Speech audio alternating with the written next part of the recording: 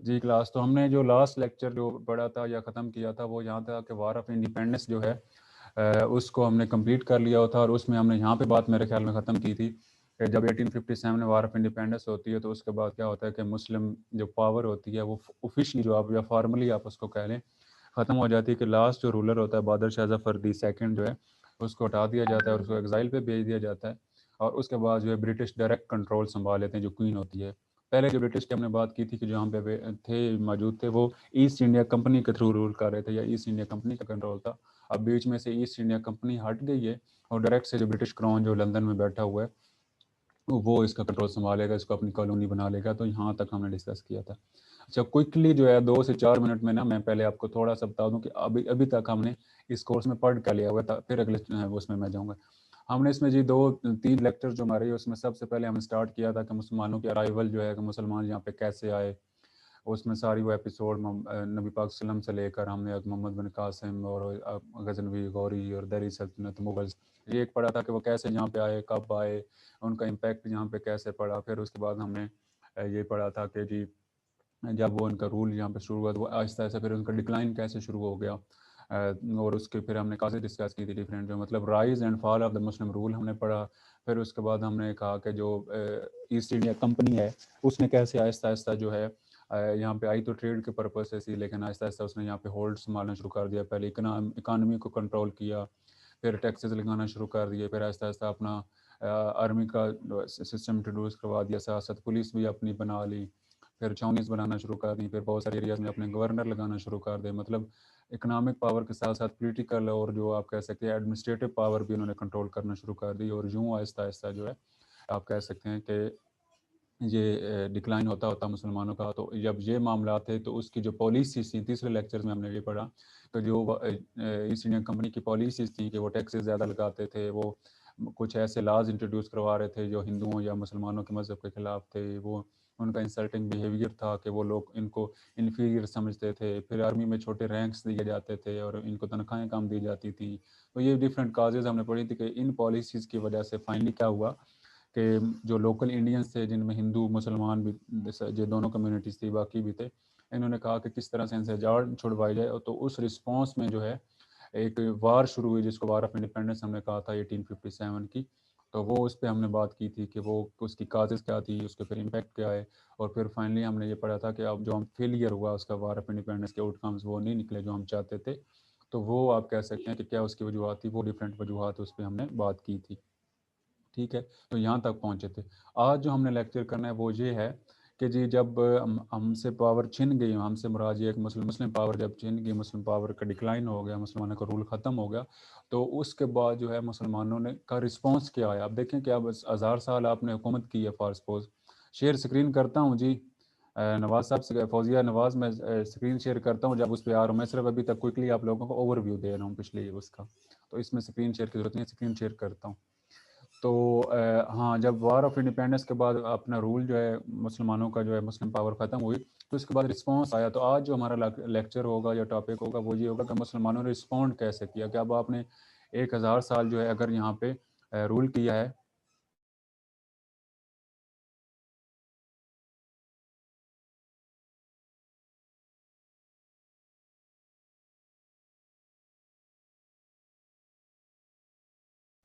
तो उसमें हमने ये बात की थी कि वार ऑफ सर इंडिपेंडेंस के आपकी जो आवाज कट रही है।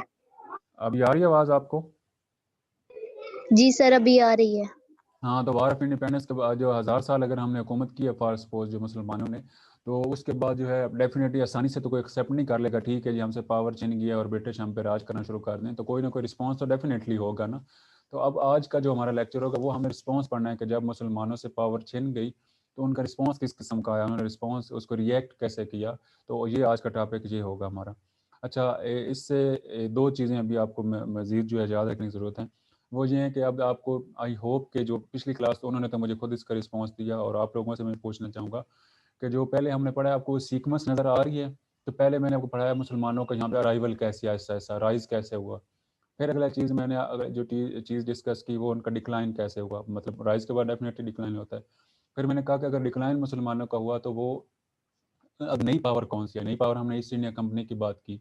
फिर नई पावर की जो पॉलिसीज़ आई उस पर हमने बात की, तो उसका रिस्पॉन्स क्या आया, वो वार ऑफ इंडिपेंडेंस से कोशिश की कि इनसे जान छुड़वाई जाए, लेकिन जब वो फेल हुए तो फिर उसका रिस्पॉन्स क्या आया कि अब जो ब्रिटिश नई एक पावर आ गई, अब वो जो पावर आ गई तो उसको रिएक्ट या रिस्पॉन्स कैसे कर रहे हैं लोकल जो है मुसलमान या इंडियंस जो हैं, तो इस पे हमने बात करनी है। तो ये आपको एक सीक्वेंस मिलता हुआ नज़र आ रहा है, चीज़ें कनेक्ट होती नज़र आ रही हैं, कहीं गैप तो नहीं नज़र आ रहा, या आपको अंडरस्टैंडिंग समझ आ गई कैसे हम एक इवेंट के साथ दूसरे को जोड़ते हैं और एक इवेंट का दूसरा रिस्पॉन्स आता जा रहा है। तो यहाँ तक क्लियर है आप लोगों को, या इसकी समझ लग रही है कि यूँ ही ठीक चल रहा है? यस सर, बिल्कुल सही सीक्वेंस समझ आ रही है। कोहेरेंस आपको लग रही है ना, कहीं पे कोई चीज़ आपको मिसफिट या फिर गैप नज़र तो नहीं आ रहा कहीं पे? No sir.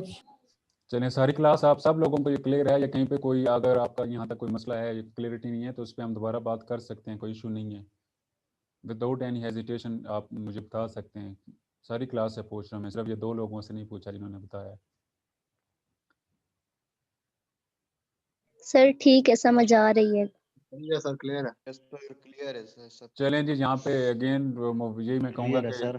ठीक है जी, थैंक यू सो मच। ये आप सब लोगों का जो है, अच्छा मैंने आपसे पहले भी रिक्वेस्ट की थी कि जैसे मेरे मुंह पे वो क्लियर नहीं है, जब मैं आपका टेस्ट या इंटरव्यू, सॉरी टेस्ट ही लूँगा, इंटरव्यू किधर हो गया, तो वहाँ पे भी आपका ये इस तरह से रिस्पांस आना चाहिए कि मतलब आपको क्लियर हों चीज़ें और आप उस तरह से परफॉर्म भी वहाँ पे करें। तो अभी हमारे पास मौका है कि हम उसको रिवाइज रिपीट कर सकते हैं, तो वहाँ पे ताकि हम आपके लिए मसला ना हो, मेरे लिए भी ना हो। अभी सिर्फ मेरे मुँह पे जी हम क्लियर है और वो सारा कर दें, और बाद में जो है फिर आपको समझ ना हो, या बाद में जब एवेल्यूएशन की बात आती है, तो हमारा मकसद जो है अंडरस्टैंडिंग होना, समझना, ना कि आगे आगे भागते जाना और पीछे से कुछ समझ ना आए, अंडरस्टैंडिंग ना हो। तो आप लोगों से हम्बल रिक्वेस्ट है, विदाउट एनी बटरिंग, जिसको मैं अभी अल्फाज बोल देता हूँ, और विदाउट एनी हेजिटेशन, और टू बी वेरी फ्रैंक, जो है आप मुझे मतलब क्लियरली बता सकते हैं कि सर यहाँ पे खामी रह गई है, यहाँ पे आपकी मेथडोलॉजी का मसला हो गया, यहाँ पे कंटेंट जो है उस तरह से नहीं शेयर हुआ, या यहाँ पे जो है इसकी हम वो नहीं कर सके, तो उसको हम रिवाइज, ताकि अभी टाइम है ना हमारे पास, उसको हम कवर कर लें। तो किसी बगैर हिचकिचाहट के आप अभी उसको क्लियरली बता सकते हैं सब लोग।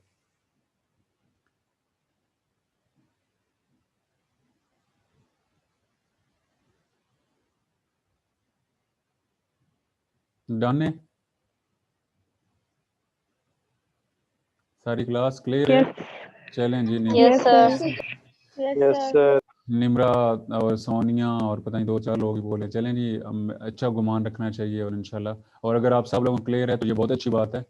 और इसमें जो है आप लोगों की खूबी है, मैं कुछ भी नहीं हूँ, मेरा इसमें कोई कमाल और खूबी नहीं है, आप लोगों की खूबी है। और सेकंड ये है कि आप लोगों ने इसके ऊपर जब हमारे टेस्ट होगा तो उस पर आप लोगों ने इंशाल्लाह इसी तरह से परफॉर्म भी करना है, और मुझे श्योर है कि आप लोगों ने इंशाल्लाह आप लोग जो है इस तरह से परफॉर्म करेंगे, और इसमें कोई इशू आप लोगों को नहीं होगा। अच्छा, अब आते हैं जी अपने टॉपिक की तरफ। तो टॉपिक में मैंने कहा था कि जो हमने आज पढ़ना है वो मुस्लिम रिस्पॉन्स पे पढ़ना है, कि वो किस तरह का रिस्पॉन्स आया था मुसलमानों का जो है। अच्छा, यहाँ से अब जो है ना, पहले हमने हिस्ट्री पढ़ ली ओवरऑल इंडिया की, जी इंडिया क्या था, उसमें हिंदू कैसे रह रहे थे, मुसलमान कैसे रह रहे थे, मुसलमान आए तो हिंदुओं का क्या मतलब किस तरह से इस्लाम आया, तो मतलब हिंदू मुसलमान और उस तरह से। अब हम जो है स्पेसिफिकली, ये आप हिस्ट्री का कोर्स जिस तरह से है नहीं, ये आपका है पाकिस्तान स्टडीज़ का कोर्स। तो अब हमने ओवरऑल, मैं आपको पूरे इंडिया की हिस्ट्री नहीं बताऊंगा कि जी बाकी हिंदूज़ का क्या रिस्पांस था, सिखों का क्या रिस्पांस था, बाकी कम्युनिटीज़ का क्या रिस्पांस था, वो क्या कर रहे थे, क्योंकि वो उस तरह से आप हिस्ट्री का कोर्स नहीं है। अब हम जो स्पेसिफिकली जो है ना, अभी आज के लेक्चर से ऑनवर्ड जो है हम उन इवेंट्स को पढ़ेंगे जो पाकिस्तान मूवमेंट से रेलिवेंट होंगे, कि पाकिस्तान बनाने की हमें क्यों ज़रूरत पेश आई, और उसमें किन कौन कौन से इवेंट्स हुए, और कौन कौन से मुस्लिम पर्सनैलिटीज़ जो है वो क्या उनका आर्गूमेंट था। डेफिनेटली उसके साथ साथ हम कांग्रेस को पढ़ेंगे, बाकी हिंदू कम्युनिटी को पढ़ेंगे कि उनका क्या रिस्पांस या वो क्या कह रहे थे, तो वो होगा। लेकिन हमारा जो फोकस होगा अभी से ऑनवर्ड जो है, वो हम सिर्फ उन्हीं इवेंट्स को हाईलाइट करेंगे जो पाकिस्तान मूवमेंट से, पाकिस्तान के बनाने में और पाकिस्तान से रेलिवेंट जो इसका बैकग्राउंड है उसको करेंगे, बाकियों को उस तरह से हम हाईलाइट नहीं करेंगे। ठीक हो गया जी, ये बात आपने अपने माइंड में रख लेनी है। चलें जी, अब मैं बिफोर के मैं ये लेक्चर स्टार्ट करूँ, आप लोगों ने को मैंने 1-2 मूवीज़ कही थी, किस किस ने देखी हैं? मंगल पांडे मूवी किसने देखी है? आमिर खान की मंगल पांडे मूवी किसने देखी है? लारैब जी बताएं। लारैब अभी सर आपने मैंने देखी देखी या है। ऑलरेडी देखी? एक सेकंड, अपना हैंड रेज आप करेंगे। लारैब आपने अभी देखी है, जब मैंने कहा कि आज इससे पहले देखी हुई थी? नहीं सर, जब आपने कहा था तब देखिए। तो बच्चे उसमें आपने क्या नोट किया, क्या पढ़ा है उसमें? सर यही कि ईस्ट इंडिया कंपनी का राज कैसे था, और फिर जो अभी आप बता रहे थे कि जब वो गई थी तो फिर उनकी वो मलका ने संभाल लिया था उधर की जो थी। तो मतलब आपको कोई यही था हेल्पफुल, कि उन्होंने मतलब फौज भी अपनी बनाई थी। कोई हेल्पफुल रहा, मतलब कहने का है कि जो मैं आपको बता रहा था वो मूवी ने कोई हेल्प की आपको उस कॉन्टेक्स्ट में, कोई अंडरस्टैंडिंग में, कोई इंटरेस्ट डेवलप किया आपका? यस सर, ठीक थी। इतनी अच्छी नहीं थी लेकिन ठीक थी, मतलब यही अच्छा था कि ईस्ट इंडिया कंपनी का राज कैसे था, यही हाँ बताया बच्चे, था आप देखें उन्होंने। ना, डेफिनेटली हिस्ट्री पे इस कुछ मूवीज होती हैं तो वो तो इस तरह से चल रहे होते हैं मामलात कि वो एज इट इज। अच्छा, एक और बात भी आपको क्लियर कर दूं कि ये जो मूवी जिस तरह से हिस्ट्री पे बनी होती है ना, चाहे मंगल पांडे की मैं बात कर रहा हूँ या किसी और XYZ की करूंगा, तो उसमें ये आपने नहीं कहना कि वो एज इट इज जो है शायद उन्होंने वो फैक्ट्स एंड फिगर्स उठाए और उसी तरह से स्टोरी थी, वो ऐसी होती नहीं है। उसमें मैंने 3-4 वजूहत पिछली क्लास को ही बताई हैं, अभी आपको बता देता हूँ। उसमें एक तो ये होता है कि अब जो प्रोड्यूसर डायरेक्टर बना रहा होता है वो उसके अपने भी कुछ एफिलिएशंस होती हैं, कुछ उसके अपने भी रिजर्वेशंस होती हैं, तो वो उस तरह से नहीं करता होता। एक नंबर वजह ये होती है। दूसरी वजह ये होती है कि सेंसर बोर्ड होता है, जो ही आप मूवी ऑन करते हैं ना, इंडिया की देखें पाकिस्तान की, तो एक से पहले सर्टिफिकेट आपको व्हाइट कलर का वो लिखा होता कुछ नजर आता है, तो वो वहाँ से पास होती है मूवी। तो वहाँ पे भी कुछ चीज़ें जो ऐड नहीं कर पाते आप, जो है करना भी चाहें तो वो भी पास करवानी होती है। तीसरा ये होता है कि आपका जो व्यूवरशिप है ना, उसको भी आपने माइंड में रखना होता है कि अब इस तरह की कोई मूवी है कि जो हिंदू और मुसलमानों की किसी हिस्ट्री के इवेंट के ऊपर है, फास्ट पोस्ट जैसे जो पानीपत की मूवी है, तो वो एक तरफ हिंदू पे दूसरे मुसलमान लड़ रहे थे, तो आप इस तरह से सिर्फ मुसलमानों को ग्लोरीफाई कर दें कि हिंदू नाराज़ हो जाएंगे, वो आपकी व्यूअरशिप नहीं होगी, तो आपका बिजनेस नहीं कर पाएगी मूवी। इस तरह हिंदुओं को कर देंगे मुसलमान, तो ये चीज़ होती है। और आप बाकी आप कह सकते हैं कि last but not the least जो है कि आप उसी तरह से फैक्ट्स एंड फिगर्स उठा के अगर डाल देंगे वहाँ पे कुछ रोमांस जो है उस कहानी के अंदर, कोई ट्विस्ट या इस तरह से नहीं डालेंगे, तो फिर वो अवाम उसको देखेगी नहीं, इंटरेस्ट नहीं डेवलप होगा। तो इस वजह से जितनी भी मूवीज़, जैसे आजकल आप ये ड्रामा देख रहे हैं तुर्की वाला तुगरल जो है, तो ये भी हिस्ट्री नहीं है, उस तरह से नहीं है जैसे हुआ था। तो इसमें बहुत सारी डिस्टॉर्शन है, बहुत सारी एडिशन है, बहुत सारी सब्ट्रैक्शन है। तो इसी तरह के जो हिस्ट्री के ऊपर आप मूवीज़ ड्रामे देखेंगे तो एज इट इज़ वो नहीं होंगे, लेकिन कम अज़ कम जो जो मैं 2-4 आपको मूवीज़ बता रहा हूँ, इसमें आपकी बेसिक अंडरस्टैंडिंग जो है कि हुआ क्या था या उस तरह से हो सकता है, लेकिन उसको आपने एज इट इज़ नहीं समझ लेना कि वाकई सारी चीज़ें उस तरह से ही थी जो अभी इसके अंदर बताएगी। ठीक है जी।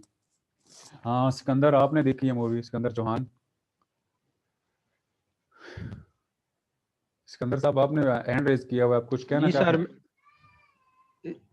जी सर मैंने देखी थी मूवी सर। तो क्या आपने की वहाँ पे अंडरस्टैंडिंग हुई है? उसी टाइम यही सर, वो उन्होंने एक मतलब एक जंग आज़ादी को जो उन्होंने लॉजिक बनाया है वो चमड़े वाले से और उसके चर्बी से सर, हम्म। और बाद में उससे उन्होंने एज अ ट्रिगर के तौर पे यूज किया कि ये आइंदा जी जी जंग तक ही जाएगी, जी। और जंग तक फिर वो गई भी सही सर। हम्म।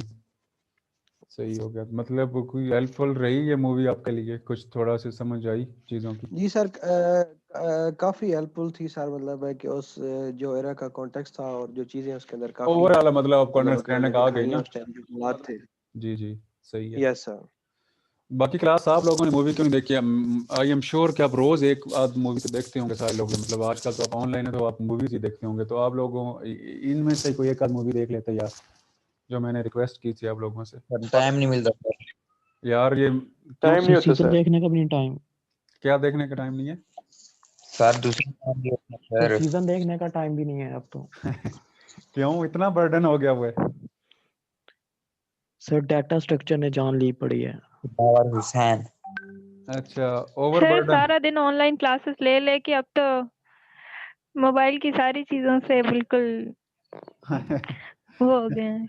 निमरा ठीक कह रही है वाकई, बिल्कुल निमरा ठीक कह रही है। चलें जी, बहरहाल अगर आपको फुर्सत मिले, मैंडेटरी नहीं है, रिक्वेस्ट ही, अगर आप लोगों को मिले फुर्सत तो देख लीजिएगा। इसी तरह रानी ऑफ झांसी मूवी मैंने कहा था, पता नहीं आप लोगों ने देखी है कि नहीं, तो वो भी देख लीजिए। 2-4 मूवीज़ देख लें वैसे ही, कभी जब आपको टाइम लगे या मूड बन जाए तो देख लीजिएगा। बहरहाल जी चलें, तो अब हम आते हैं अपने इस टॉपिक के ऊपर। मौज़म, निमरा, अली, मुर्तज़ा, अनस, किसी को भी, रिबा जो मेरे सामने लिस्ट में नाम आ रहे हैं, किसी को भी याद आ जाए ना, तो जो मैं अभी आपको टॉपिक पढ़ा रहा हूँ ना, इससे रेलिवेंट एक पिक्चर मैंने आप लोगों के साथ शेयर करनी है, वो यहाँ पे मुझे अभी लैपटॉप में कहीं नज़र नहीं आ रही, तो वो आप मुझे याद दिलवा दीजिए, जिसको भी याद रहे। ये ज़रूरी नहीं होता किसी यार की रिस्पॉन्सिबिलिटी होती है और मौज़म ये करेगा, तो वो मैं आप लोगों से शेयर करूँगा, ठीक है? अच्छा जी, मैं अभी स्क्रीन शेयर आप लोगों के साथ कर लूँ। रिकॉर्डिंग हो रही है कि नहीं हो रही? हो रही हो रही है है सर। सर। Yes sir. अच्छा ठीक है ठीक है। तो अभी आज जो हमारा टॉपिक है वो मुस्लिम रिस्पांस टू वर्ड दी। यहाँ पे एक सेकंड, ये कोई फाइल भी है, मैं शेयर कर लूँ फिर आप लोगों को मैं बताता हूँ। जी अभी आपको स्क्रीन नज़र आ रही है? Yes sir. Yes, sir. ये देखें, अभी जो मैं आपको एक समझाने की कोशिश कर रहा था ना कि हमने क्या क्या अभी तक Yes, पढ़ sir. लिया हुआ है, ये मैंने एक ही खुद अपनी वो बुक टाइप एक लिखा है कुछ, तो उसका कंटेंट लिस्ट है। ये CSS वालों को मैं ये देता होता हूँ और बाकी को भी। सर जी सर लड़की वेट कर रहे हैं सर मीटिंग रूम में। ओहो, अभी बुलाते हैं जी लड़कों को, लड़कों के बगैर तो फिर हमारी क्लास जो अधूरी है। मोहम्मद जुबैर यस साहब थे, सर। मोहम्मद जुबैर साहब थे, और भी कोई है? बस मोहम्मद जुबैर साहब ही थे, और तो कोई नहीं है, उनको कर दिया लाओ। ये आपका ना हैंड तो लोअर करो चौहान साहब। अच्छा, तो ये मैं आपको बता रहा हूँ कि जो अभी मैं आपको बताने की कोशिश कर रहा था ना कि जी क्या क्या हमने अभी तक पढ़ लिया, तो वो अभी ये 1 मिनट यहाँ से आपको समझ आ जाएगी। देखें, पहला लेक्चर जो हमने लिया, एक तो ये इंट्रोडक्टरी था ना, वैसे कोर्स के ऊपर हमने बात की थी। उसके बाद हमने हिस्टोरिकल और मुस्लिम रूल पढ़ा था कि जी कौन आए, कब, कैसे आए, उसमें अर्ली सेटलमेंट्स पे बात की थी, दिल्ली सल्तनत पे, मुगल रूल की। ये अगेन आपको चीज़ सामने नज़र आ जाएगी ना, जो मैं पहले वो एक प्रिव्यू करने की कोशिश कर रहा था। फिर हमने कहा कि जब मुसलमानों को राइज के बाद अगली चीज़ हमें डाउनफॉल पे आए थे, तो उस पर हमने डिस्कस किया था कि जी causes of decline of Muslim rule की क्या थी, कौन कौन की वजूहत थी, वो 7-8 हमने डिस्कस की थी। फिर उसका अगला टॉपिक हमने किया था जी कि rise of East India Company जो है वो किस तरह से ऐसा ऐसा राइज़ किया वो। और फिर फाइनली हमने कहा कि एस्टेब्लिशमेंट ऑफ जो ब्रिटिश राज जो है वो कैसे हुआ 1858 में। लेकिन उससे पहले ये हमने वार ऑफ इंडिपेंडेंस पे डिस्कस की थी कि ईस्ट इंडिया कंपनी की पॉलिसीज़ की वजह से ये वार ऑफ इंडिपेंडेंस होती है, और इसका जब फेलियर होता है तो फाइनली क्या होता है कि ये ब्रिटिश राज जो डायरेक्ट ब्रिटिश राज जो वो स्टार्ट हो जाता है 1858 में, और मुस्लिम पावर जो ख़त्म हो जाती है। यहाँ तक हमने पढ़ा था, ठीक है जी। आज हमने जो पढ़ना टॉपिक वो ये 4th वाला, ये आपको नज़र आ रहा है कि मुस्लिम रिस्पॉन्स टू दी ब्रिटिश राज जो है, कि जब मुसलमान जो राज जो है ब्रिटिश राज जहाँ पे कायम हो गया और मुस्लिम पावर जो ख़त्म होगी, तो उसके बाद मुसलमानों के क्या व्यूज़ थे इसके बारे में, राज के बारे में, और उसको कैसे रिएक्ट कर रहे थे, कैसे रिस्पॉन्स कर रहे थे, तो उस पर हम बात करेंगे। अब इसमें 3 ग्रुप्स हैं। वो जो पिक्चर अभी मुझे नहीं मिली वो तो फिलहाल छोड़ें, उसको मैं यहाँ पे लिख देता हूँ। वो 3 ग्रुप्स कौन कौन से थे। 3 किस्म का आप कह सकते हैं कि रिस्पॉन्स आता है ब्रिटिश राज का। वो कौन है जी, किस तरह का आता है? ये मुझे वाइट बोर्ड जो है इसको ज़रा करने दें जी। तो आज का जो हमारा टॉपिक है जी वो है आप मुस्लिम रिस्पॉन्स टू, कायनात भी आ गई है जी, मुस्लिम रिस्पॉन्स टू, क्या हो गया, एक सेकंड यार इसको रेज करने में।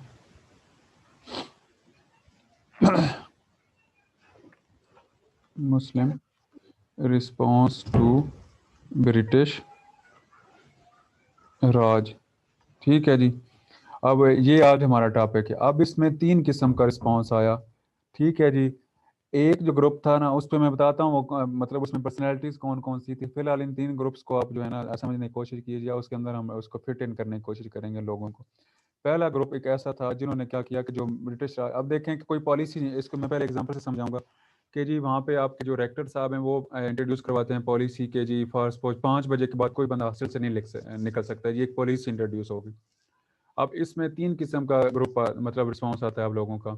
एक कुछ वो लोग हैं वो कहते हैं कि ठीक हो गया जी, हम इसको टोटली एक्सेप्ट करते हैं। क्यों एक्सेप्ट करते हैं? कि जी सिक्योरिटी के इश्यूज़ हैं, और बाकी जो आप कह सकते हैं और भी कोई आर्गूमेंट्स हैं कि जी लेट नाइट कुछ मसाइल हो सकते हैं, खास करके जो खवात मतलब बच्चियाँ हैं उनको, तो ये हम इसको टोटली एक्सेप्ट करते हैं। एक ग्रुप ये हो गया, एक रिस्पॉन्स ये हो गया। दूसरा कहता है कि टोटली हम इसको रिजेक्ट करते हैं, नहीं जी हम इसको बिल्कुल मानते ही नहीं है। ये क्या हुआ, इस तरह से हमारी आज़ादी ख़त्म हो जाएगी, हमने रात को बाहर जाना है, खाना खाना है, एंजॉय करना है, या कुछ और भी हमारी ज़रूरियात हैं, तो हम इसको एक्सेप्ट नहीं करते। दूसरा ग्रुप कौन होगा जिन्हें टोटली इसको रिजेक्ट कर दिया कि हम इस पॉलिसी को नहीं मानते। अब एक और तीसरा ग्रुप आएगा जो आप कह सकते हैं पार्शली एक्सेप्टेंस कर रहे हैं और पार्शली रिजेक्शन कर रहे हैं। पार्शल का क्या मतलब होता है कि कुछ हिस्सा एक्सेप्ट कर लेना और कुछ हिस्सा जो है रिजेक्ट कर देना। तो वो ग्रुप कहता है कि नहीं जी, ये रात जो 5 बजे वाली पॉलिसी इंट्रोड्यूस करवाई ना रेक्टर साहब वाली, ये ठीक भी है गलत भी है। ठीक इस तरह से है कि जी सिक्योरिटी के इश्यूज हैं तो इसको उसके ऊपर अमल करना चाहिए, तो हमें उसका नहीं मतलब निकलना चाहिए। लेकिन कहते हैं कि साथ साथ जो है इस तरह से वो जो आज़ादी वाली बात है ना, दूसरा ग्रुप जो कह रहे हैं वो भी होती है, मतलब उससे रिस्क होता है। तो हमें क्या करना चाहिए कि इनको कुछ ऐसा करना चाहिए कि सिक्योरिटी के मसाइल के साथ साथ जो हमें कोई फैसिलिटेट करें, या तो फिर उसका कोई अल्टरनेटिव हमें दें कि हमें वो सारी चीज़ें कैंपस के अंदर अवेलेबल हों, या फिर अगर हम मियाँ वाली जाना चाहते हैं तो हमें उसको साथ सिक्योरिटी प्रोवाइड करें। तो मतलब वो उसको ना टोटली रिजेक्ट करते हैं ना टोटली एक्सेप्ट करते हैं। 3 ग्रुप हो गए ना, जिन्होंने टोटली एक्सेप्ट कर लिया, जिन्होंने टोटली रिजेक्ट कर लिया और जिन्होंने पार्शली एक्सेप्ट किया और पार्शली रिजेक्ट किया। तो इसी तरह से जब ब्रिटिश राज आया तो उसको 3 किस्म का रिस्पॉन्स आया। पहला कौन सा था जी? टोटल क्या हो गया, टोटल एक्सेप्टेंस वाले। ये अगेन जो है ना वो स्पेलिंग्स जो है इसको ज़रा इग्नोर कीजिएगा। Total acceptance. दूसरा ग्रुप कौन सा जी? टोटल रिजेक्शन, टोटली रिजेक्ट जिन्होंने कर दिया, अगेन वो स्पेलिंग गलत है। और फिर उसके बाद जो है तीसरा ग्रुप जो इन्होंने कहा पार्शली। पार्शल का मीनिंग आपको समझ आता है ना, पार्शली क्या होता है? पार्शली एक्सेप्टेंस और पार्शली जो है मतलब कुछ हिस्सा, पार्शल का मतलब होता है कुछ हिस्सा, पार्शली रिजेक्शन, REJCTION। ठीक हो गया जी। अब ये 3 ग्रुप्स हैं। अब इसी तरह से 3 ग्रुप्स थे उस वक्त जो ब्रिटिश राज को जो रिस्पॉन्स कर, जिन्होंने टोटली एक्सेप्टेंस वाले वो लोग थे जो कहते थे कि जी अभी जो आप कह रहे हैं ना कि मुसलमानों की रिवाइवल होनी चाहिए। अब यार ये कौन लोग हैं, बार बार इनका डिस्कनेक्ट हो जाते हैं, इनको मैं अलाउ कर लूँ पहले। कि जी टोटली एक्सेप्ट उन्होंने कर लिया कि ब्रिटिश राज जो है इसी से हमारी जो है हम क्या कर सकते हैं, सर्वाइव कर सकते हैं। और इन्होंने टोटली एक्सेप्ट किया कि जो आप कहते हैं ना वो 1400 साल पहले वाला इस्लाम था, उसको एज इट इज़ अगर हम जो है कॉपी कर लें या इम्पोज करें तो वो हम जो रिवाइव कर सकते हैं, ये नहीं है। तो ये बहुत चंक मतलब आप हैंडफुल ऑफ पीपल, बहुत कम लोग थे, माइनॉरिटी में लोग थे, और इनकी कोई ऐसा कोई प्रोमिनेंट पर्सनैलिटी भी नहीं है। ये इंडिविजुअल थे कुछ जो इसको बात को मानते थे कि अभी हमें क्या करना चाहिए कि अभी ये एक्सेप्टेंस उसने कर दिया कि मॉडर्न एजुकेशन या मॉडर्न निज़ाम जो है इसको, और वो पुराना जो 1400 साल वाला पुराना सिस्टम है उसको हम रिवाइव एज इट इज़ जो है नहीं कर सकते। तो इस वजह से इन्होंने क्या किया कि इसको एक्सेप्टेंस किया, लेकिन इसमें कोई एज पर्सनैलिटी का ऐसा आप नाम नहीं ले सकते। ये एक मतलब चंक ऑफ पीपल था जो ये राय रखते थे। हमारा जो फोकस है ये इन दोनों ग्रुप्स में होगा कि जिन्होंने टोटली रिजेक्ट कर दिया, और दूसरा जो ग्रुप है वो कौन सा? पार्शल एक्सेप्टेंस और पार्शल जो है रिजेक्शन वाले। ये कौन लोग थे टोटली जो रिजेक्ट करने वाले लोग थे? ये थे उलमाए कराम।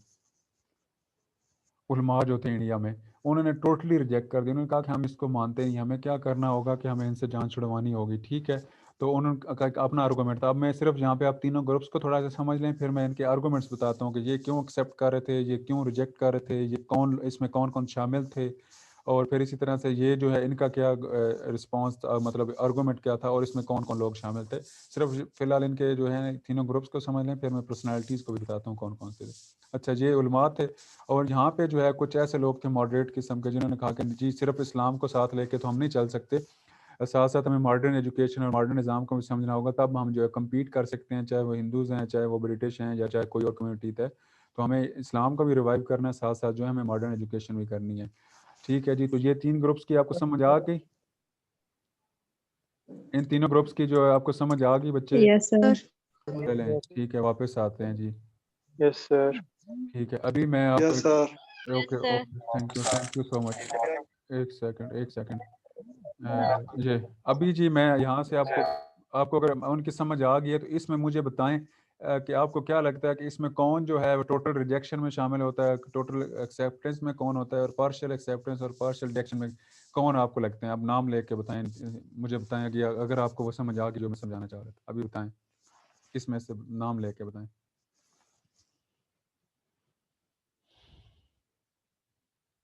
बोलें। सर ये जो दारुल उलूम देवबंद वाले हैं, ये आई थिंक टोटल रिजेक्शन में होंगे, जैसे वेरी कि गुड, आपने कहा उलमाए कराम वगैरह। Very good, very good. और जो इस्लामिया कॉलेज पेशावर वाले हैं, आई थिंक ये जो होंगे ये पार्शियली, या आई थिंक वेरी इसमें गुड। होंगे या टोटल एक्सेप्टेंस में होंगे।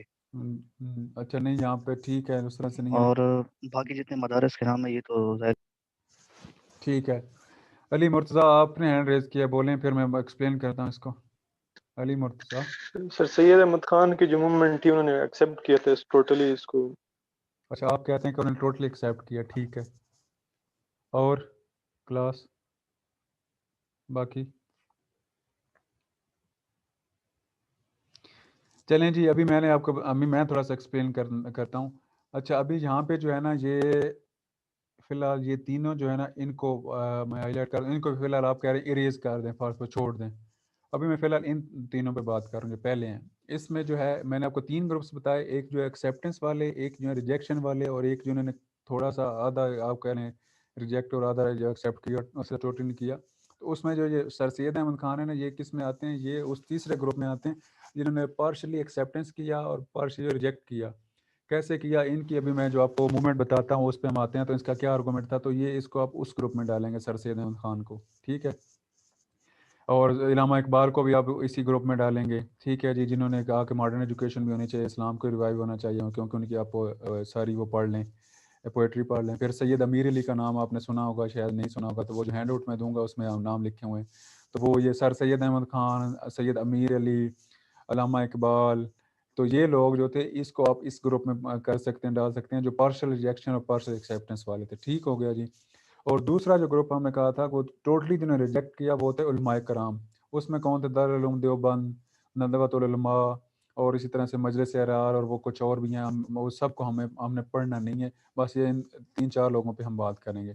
और तीसरा ग्रुप मैंने आपको बताया था जिन्होंने टोटली जो है क्या कर दिया था, एक्सेप्ट कर लिया था। तो उसकी मैंने आपको बताया कि कोई ऐसा मूवमेंट या पर्सनैलिटी है नहीं है, ये हैंडफुल ऑफ पीपल थे, तो उसको आप छोड़ें। अब मैं आते हैं 1 बाय 1 जो है कि सर सैयद अहमद खान जो है अगर वो पार्शली एक्सेप्टेंस या रिजेक्शन कर रहे थे तो उनका क्या आर्गूमेंट था, उनकी क्या सोच थी, और उन्होंने क्या उसके मतलब काम किया। फिर इसी तरह से ये अगर टोटली रिजेक्ट कर रहे थे तो इनका क्या आर्गूमेंट था और उनके क्या सर्विसेज थी, तो इन पे हम अब बात करते हैं, ठीक है जी।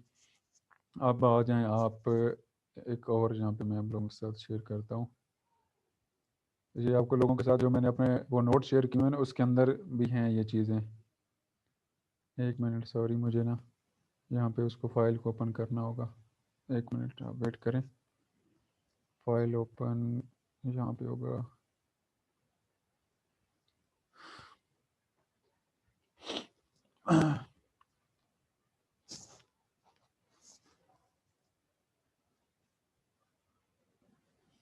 ये मिलेगा ये।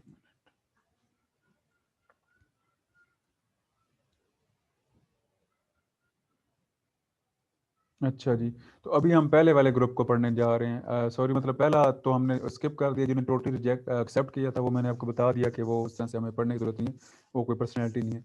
तो अभी हम जो है डिस्कस कर लेते हैं कि जिन्होंने पार्शली एक्सेप्ट किया और पार्शली रिजेक्ट किया। उसमें सबसे पहला नाम मैंने आपको बताया सर सैयद अहमद खान का। तो उस पर हम बात करते हैं। किधर गई है वो फाइल यार, मैंने अभी जो ओपन किया, यहाँ पे क्यों नहीं शो हो रही?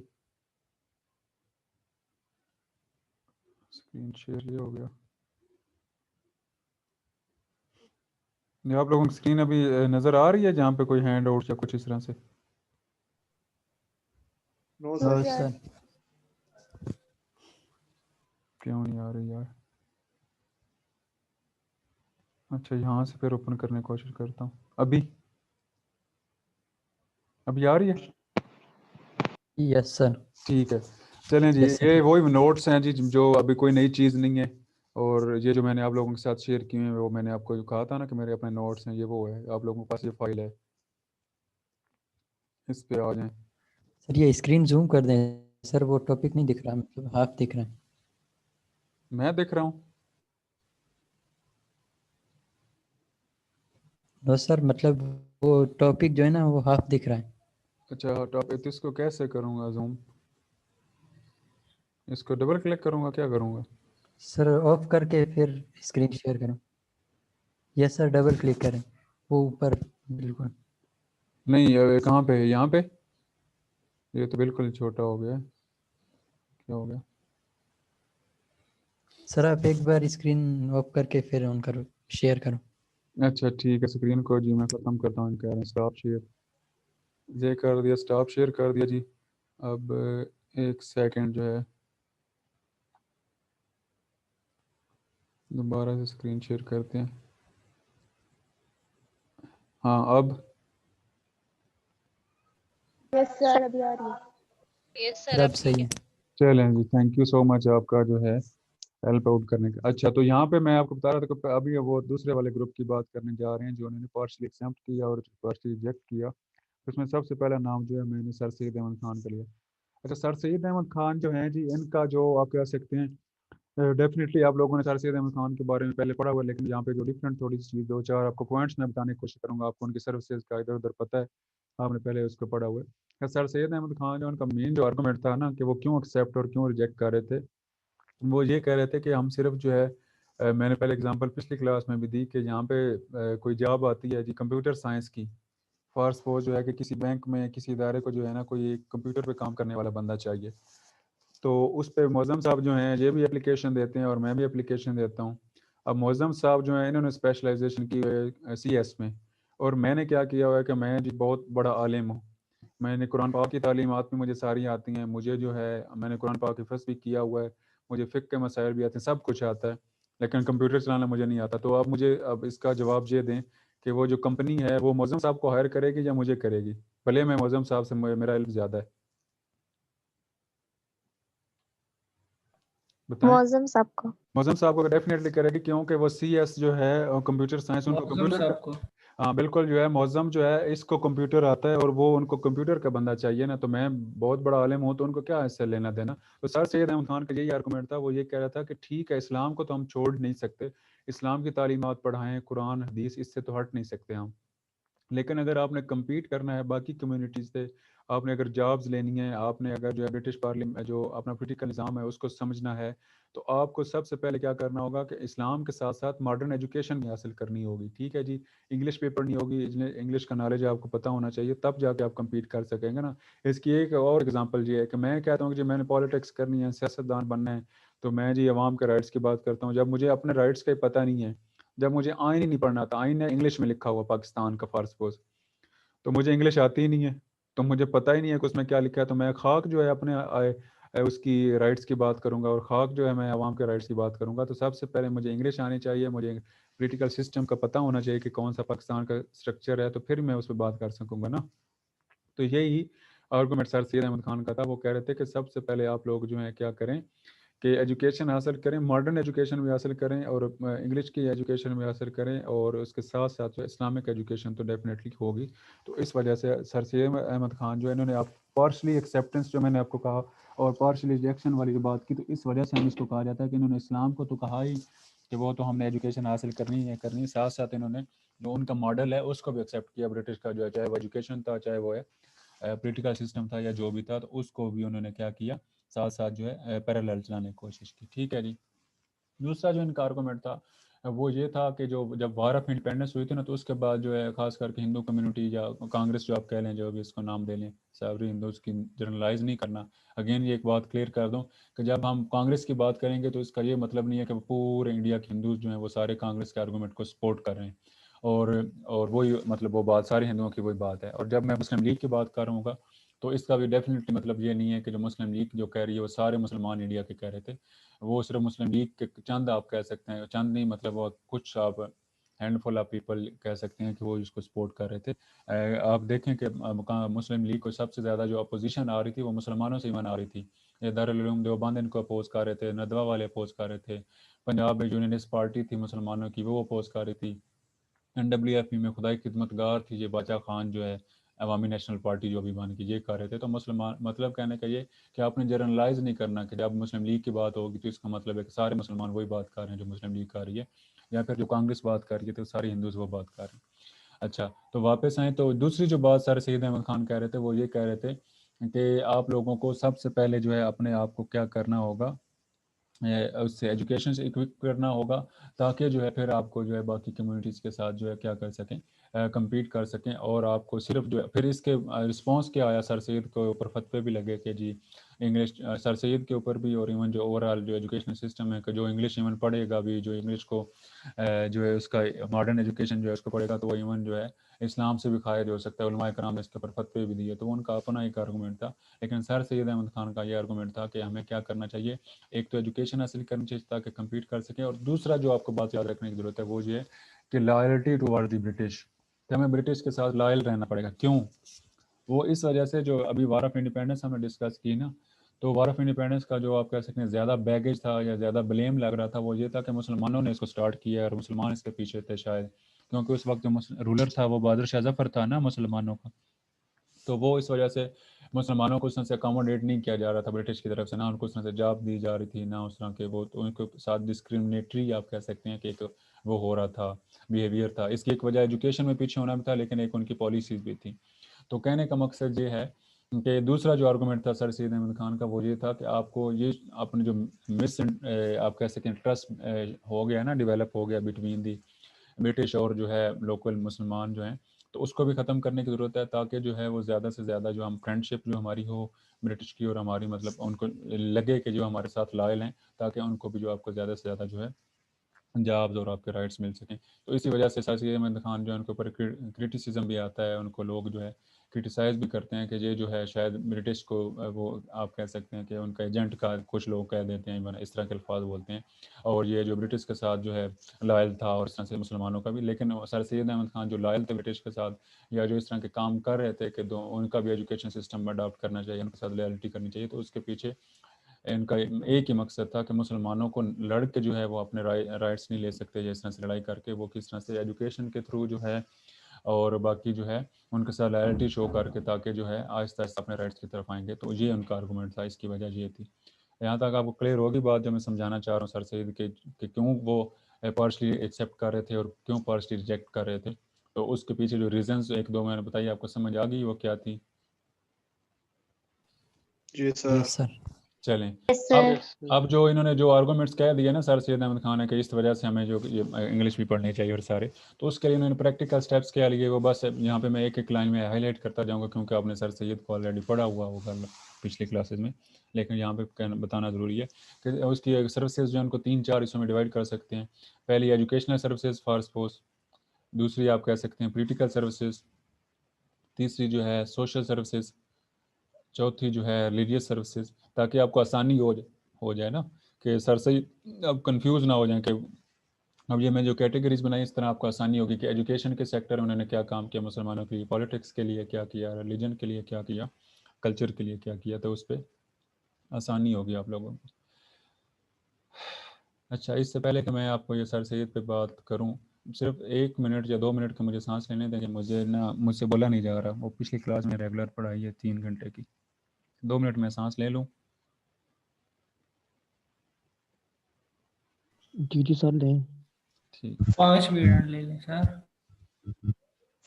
चलिए 5 मिनट का ब्रेक है जी। आप लोग भी जो है अगर पानी शानी पीने हैं तो मैं 3 बजे दोबारा से स्टार्ट कर रहा हूँ, सिर्फ 5 मिनट का ब्रेक है। Okay sir.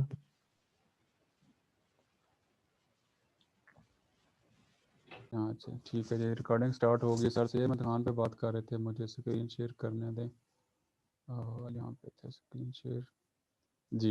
तो सबसे पहले जो है हम उनकी बात करते हैं सर सैयद अहमद खान की, कि जी उनकी फिर सर्विसेज क्या थी एजुकेशन के उसमें ना पर्सपेक्टिव में, क्योंकि ये बहुत ज़्यादा इनका जो फोकस था या एम्फसिस था आप कह लें, वो था एजुकेशन के ऊपर। तो सबसे पहले इन्होंने एक मुरादाबाद इंडिया में जगह है, वहाँ पे इन्होंने 1859 में एक स्कूल खोला। अब यहाँ पे मैं लिखा है in which both Persian and English were being taught.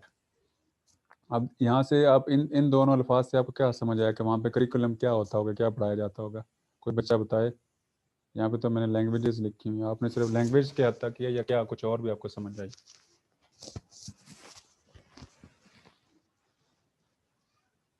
बोलें सर बच्चे। मतलब रिलीजियस से रिलेटेड भी होगी और इंग्लिश से रिलेटेड भी उन्हें पढ़ाते होंगे बच्चों को। Very good.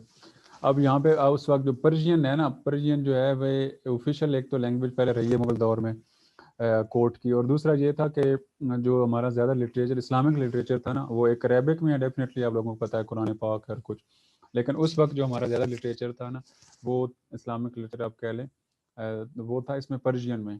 तो वहाँ पे पर्शियन लैंग्वेज भी पढ़ाई जाती ताकि जो इस्लाम से रेलिवेंट जो हमारा लिटरेचर है उसको भी बच्चे पढ़ सकें, और साथ साथ इंग्लिश भी पढ़ाई जाती थी, क्योंकि जो मॉडर्न एजुकेशन है या मॉडर्न टेक्नोलॉजिकली आप कह सकते हैं एजुकेशन डेवलपमेंट्स हो रही हैं, वो डेफिनेटली इंग्लिश में वो लिखी होती थी बुक्स वगैरह, ताकि बच्चों को दोनों समझ आ सके। तो वो जो हम नहीं कह रहे थे पार्शियल एक्सेप्टेंस और पार्शियल रिजेक्शन वाली बात, और फिर बार बार जो हम कह रहे हैं कि जी इसमें सर सैयद अहमद खान जो है वो दोनों को पैरेलल लेके चलना चाहते थे, तो वो इस वजह से वहाँ पे पर्शियन भी पढ़ाई जाती थी और साथ साथ इंग्लिश भी पढ़ाई जाती थी।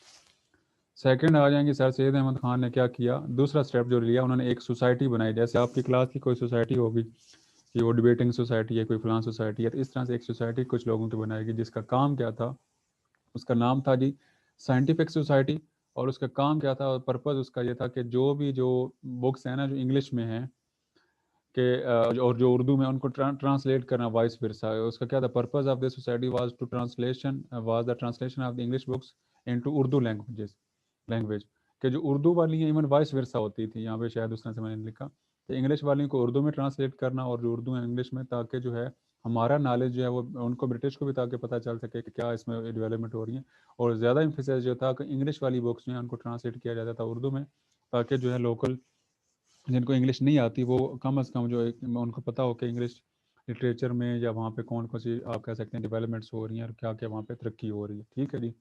दूसरी चीज़, तीसरी चीज़ जो थी वो इन्होंने क्या किया, सर सैयद अहमद खान जो है उन्होंने एक गज़टी, आप कह रहे हैं ना, अलीगढ़ इंस्टीट्यूट, अलीगढ़ जगह का नाम है, गज़टी नहीं होता, जैसे आप कह लें एक मैगज़ीन हो गया, या फिर आप कह लें कि एक अखबार टाइप जो एक चीज़ है वो पब्लिश होती थी, उसमें जितनी भी ये अलीगढ़ के मदरसा जो स्कूल जो है और इससे रेलिवेंट जो है जितनी भी खबरें होती थी, आर्टिकल्स होते थे और जो लेटेस्ट न्यूज़ होती थी वो पब्लिश होती थी, तो यहाँ से भी लोगों को एजुकेशन मिलती थी, लोग पढ़ते थे इसको भी। तो ये सब स्टेप ये था यार, ये बार बार जो है ना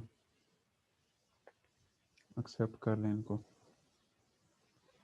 अच्छा, उसके बाद अब ये क्या हो गया यार, कैंसिल कर दो।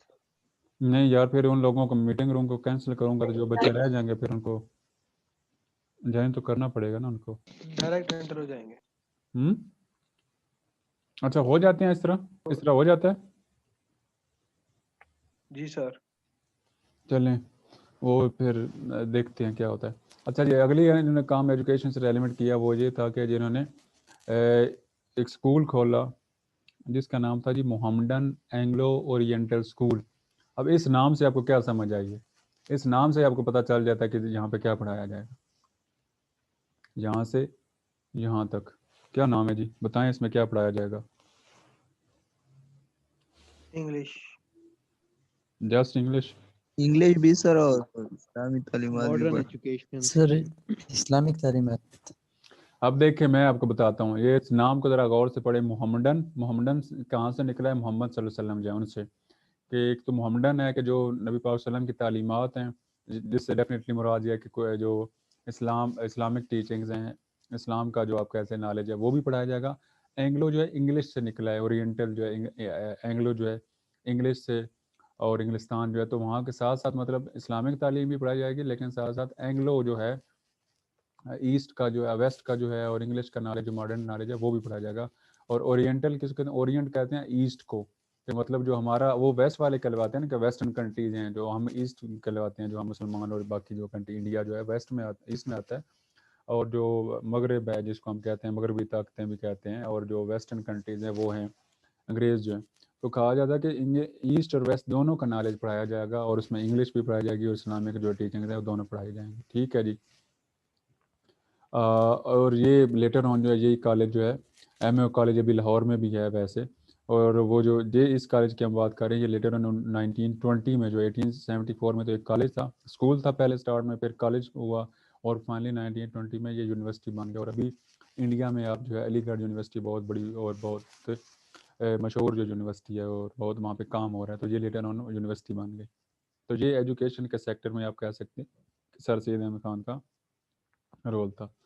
फिर आ जानी पोलिटिकल सर्विसेज क्या थी, सर सैयद अहमद खान ने, हुआ कुछ यूँ कि जब वार ऑफ इंडिपेंडेंस हुई 1857 की, तो अभी मैंने स्टार्ट में इसका जब इंट्रो दे रहा था सर सैयद का, तो वहाँ पे मैं ये एक्सप्लेन बात की कि वहाँ पे क्या हो रहा था कि जो मुसलमान थे उनके खिलाफ जो है इस तरह से मतलब इल्ज़ाम भी था, और ज़्यादा डिस्क्रिमिनेटरी आप कह लें पॉलिसी भी ब्रिटिश इंट्रोड्यूस करवा रहे थे कि शायद ये रिस्पॉन्सिबल हैं। तो उसको हाईलाइट करने के लिए जो मिसअंडरस्टैंडिंग्स हो गई हुई थी, सर सैयद अहमद खान ने एक रिसाला लिखा जो बहुत मशहूर, उसका नाम है आपने सुना हुआ है, रिसाला असबाब बगावत हिंद। रिसाला मीन रिसाला एक पम्फलेट, असबाब का मतलब होता है काजेज़, बगावत रिबिलियन, हिंद में जो रिबिलियन हुई तो उसकी क्या काजेज़ थी। तो इसमें सर सैयद अहमद खान ने कहा कि भाई आप ब्रिटिश मुसलमानों को सिर्फ इसका नाम वो ठहराएं रिस्पॉन्सिबल कि उन्होंने बगावत की है, ब्रिटिश को कह रहे थे, बल्कि ये आपकी अपनी ही पॉलिसी थी, ब्रिटिश को कह रहे थे, जिसकी वजह से ये आपके खिलाफ जो बगावत हुई है। तो इसकी वजह से कि आप मुसलमान आपके अगेंस्ट थे तो आप उनको जो डिस्क्रिमिनेशन कर रहे हैं वो ठीक बात नहीं है। ये आपकी पॉलिसी की वजह से बगावत हुई है और अपने आप को आप ठीक करें, ना कि मुसलमानों को इल्ज़ाम दें और उनको राइट से दूर रखें। ठीक है जी, इसमें इन्होंने ये हाईलाइट किया। इसमें इन्होंने 3 से 4 जो आप कह सकते हैं ना काजेज़ जो हैं वो आप कह सकते हैं डिस्कस की इसकी वार ऑफ इंडिपेंडेंस की। क्या नंबर 1 क्या misunderstanding between the Indians and British, कि जो पहली चीज़ या पहली काज है वो ये थी कि ब्रिटिश जो इंडियंस हैं उनके बीच में मिसअंडरस्टैंडिंग्स थी, कि जो उनके हालात थे उसको जो है मतलब उस से परसीव नहीं किया गया, समझा नहीं गया, और वो मिसअंडरस्टैंडिंग क्रिएट हुई, जिस वजह से क्या हुआ कि उन्होंने बगावत की। दूसरा ये था कि insulting behaviour of the British army, जो मैंने वार ऑफ इंडिपेंडेंस में डिस्कस किया था कि जो ब्रिटिश आर्मी के जो ऑफिसर्स थे वो अंग्रेज़ हुआ करते थे और आम सिपाही जो होते थे वो लोकल इंडियंस होते थे। तो वो उनको मतलब उनके साथ जो है इंसल्टिंग बिहेवियर किया करते थे, उनको उस तरह से इन्फीरियर एक आप कह सकते हैं कि मखलूक समझते थे। तो एक वजह ये भी थी, उन्होंने कहा सर सैयद ने। फिर अगर थर्ड जो है कि governments earn awareness of the conditions and grievances of the people, कि गवर्नमेंट जो है उसको या तो जो आपकी ब्रिटिश गवर्नमेंट को वो कह रहे, या तो फिर क्या था कि आप लोगों ने और जानबूझ के, या तो आपको पता ही नहीं था कि अवाम के हालात क्या हैं, इकनॉमिकली पॉलिटिकली जो है उनके क्या मसाइल हैं, या फिर अगर आपको पता था तो आपने जानबूझ के उनको इग्नोर किया, तो इस वजह से अवाम जो आपके अगेंस्ट भड़क उठी है। और last but not the least उन्होंने ये कहा सर सैयद अहमद खान ने कि जो आपने कुछ लाज प्रोमोलेशन of the laws which were contrary to the beliefs of the Indians, कि आपने कुछ ऐसे लाज इंट्रोड्यूस करवाए थे, जैसे हमने वो डिस्कस किया था कि सती को बैन करना, फिर जो है जो विधवा कहने लगा था, जो विडोज़ हैं उनको रीमैरी करना की इजाज़त दे देना, और कुछ इस तरह के जो हिंदुज़म के खिलाफ थे या मुसलमानों के, तो आपने जो लाज इंट्रोड्यूस करवाए थे, तो ये कुछ काजेज़ हैं, ना कि आप मुसलमानों को इसका वो ठहराएं, क्या कहते हैं उसको, मुर्द इल्ज़ाम ठहराएं। ठीक है जी, तो ये उन्होंने कहा कि काजेज़ हैं आपकी वार ऑफ इंडिपेंडेंस की। तो ये पॉलिटिकल आप कह सकते हैं कि उनकी सर्विसेज है। दूसरी जो पॉलिटिकल सर्विस है उनकी, उन्होंने क्या किया कि मुसलमानों की ऐसा जो कोई पार्टी नहीं थी, पॉलिटिकल पार्टी, आपको पता है जो थी ऑल इंडिया मुस्लिम लीग, वो कब बनती है 1906 में, 1906 में, लेकिन सर सैयद उससे बहुत ज़्यादा पहले के हैं। तो उन्होंने एक अपने पार्टी बनाई मुसलमानों की, आप कह सकते हैं, या जो भी कि उसको रिप्रेजेंट करे, वो था पेट्रियाटिक एसोसिएशन के नाम से एक पार्टी बनाएगी, जो मुसलमानों को अगेंस्ट जो आप कह सकते हैं कांग्रेस या फिर बाकी जो कम्युनिटी जो प्रोपोगंडा करती थी उसको टैकल करने के लिए उन्होंने एक ये पेट्रियाटिक एसोसिएशन के नाम से एक जमात बनाई। फिर उन्होंने क्या किया कि मुसलमानों को वो कह रहे थे कि ये जो कांग्रेस है, ये उनके ख्याल में सर सैयद अहमद खान के ख्याल में ये था, हालांकि आप देखें कि तो वहाँ पे अबू अल कलाम आज़ाद इसके प्रेसिडेंट भी रह चुके हैं जो मुसलमान थे, और बहुत सारे मुसलमान कांग्रेस के हिस्सा थे। लेकिन सर सैयद अहमद खान के ख्याल में ये था कि जो कांग्रेस सिर्फ हिंदुओं को जो रिप्रेजेंट करती है, मुसलमानों के राइट्स की बात नहीं कर रही, तो इस वजह से वो कह रहे थे कि आप इसका हिस्सा ना बने, इससे दूर रहें, इसकी एक्टिविटीज़ से। फोर्थ वो ये कह रहे थे कि सेपरेट इलेक्ट्रेट मुसलमानों को दिया जाए। अब सेपरेट इलेक्ट्रेट क्या था कि जहाँ पे मुसलमानों की मेजोरिटी है या मुसलमान पॉपुलेशन है, वहाँ पे सिर्फ मुसलमान जो हैं वो ही इलेक्शन लड़ सकें और उनके ये नुमाइंदे होने चाहिए, ना कि जो जॉइंट इलेक्ट्रेट हो। फॉर सपोज एक एग्जांपल ये है कि आपकी क्लास में 50 लोग हैं और 50 लोगों में 40 लोग जो हैं वो हैं नॉन मुस्लिम्स जो हैं, और 10 लोग जो हैं मुसलमान हैं। तो अब जब आप जॉइंट इलेक्ट्रेट के सब जो वोट देंगे, और उसमें जो है हिंदू भी इलेक्शन लड़ सकता है, मुसलमान भी, सिख भी, सभी, तो अब कौन जीतेगा वहाँ पे? डेफिनेटली जो है हिंदू जीतेगा, या क्यों कि 40 वोट उसको पड़ेंगे ना, मुसलमान को 10 ही पड़ेंगे क्योंकि वहाँ पे 10 लोग हैं अगर। तो इस वजह से ने कहा कि आपने सेपरेट कर दें कि हिंदुओं के लिए अलग सीटें और मुसलमानों के लिए अलग सीटें हों, कि वो 10 लोगों का जो एक है ना ग्रुप, उनके लिए सिर्फ मुसलमान आपस में कॉन्टेस्ट कर सकें इलेक्शन, ना वहाँ पे हिंदुओं को या नॉन मुस्लिम को अलाउ नहीं होना चाहिए। तो ये इनका एक आप कह सकते हैं कि आर्गूमेंट था पॉलिटिक्स के हवाले से। और जो लेटर ऑन जो है आप देखेंगे, जो हिस्ट्री हम पढ़ेंगे, तो इसमें इसके ऊपर बहुत ज़्यादा डिबेट भी होगी, और मुसलमान जो है इसके ऊपर बहुत ज़्यादा डिमांड भी करेंगे, ये जो सेपरेट इलेक्ट्रेट वाली बात है। ये सेपरेट इलेक्ट्रेट वाला पॉइंट आपको समझ आया? बच्चों सेपरेट इलेक्ट्रेट समझ आई है? Yes yes sir. सर।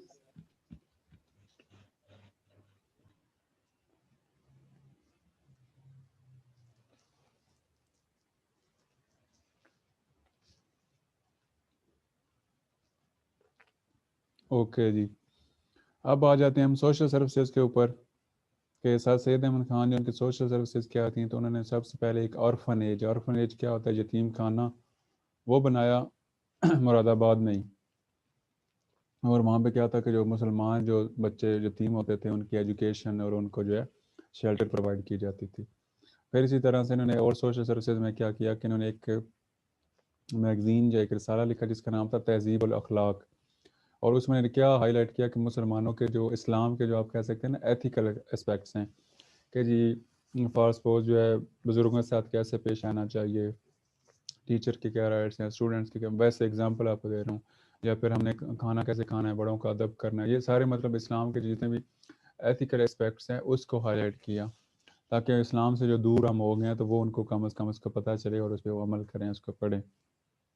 फिर उन्होंने क्या किया कि उर्दू की आपको उर्दू हिंदी कंट्रोवर्सी वाली आगे हम पढ़ेंगे, अभी उसके ऊपर बात करेंगे, तो उसको प्रमोशन के लिए उर्दू जो है उसको प्रमोट करने के लिए और उसको प्रोटेक्ट करने के लिए एक अंजुमन बनाई। अंजुमन क्या होता है, एक जमात बनाई है, एक सोसाइटी बनाई जिसका नाम था अंजुमन तरक्की उर्दू।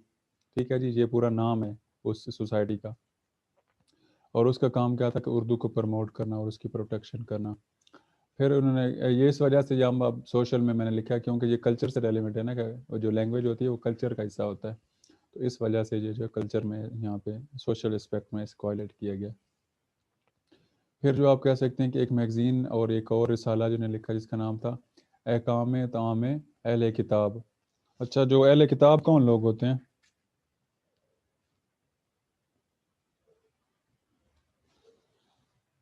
अहले किताब कौन लोग होते हैं क्लास?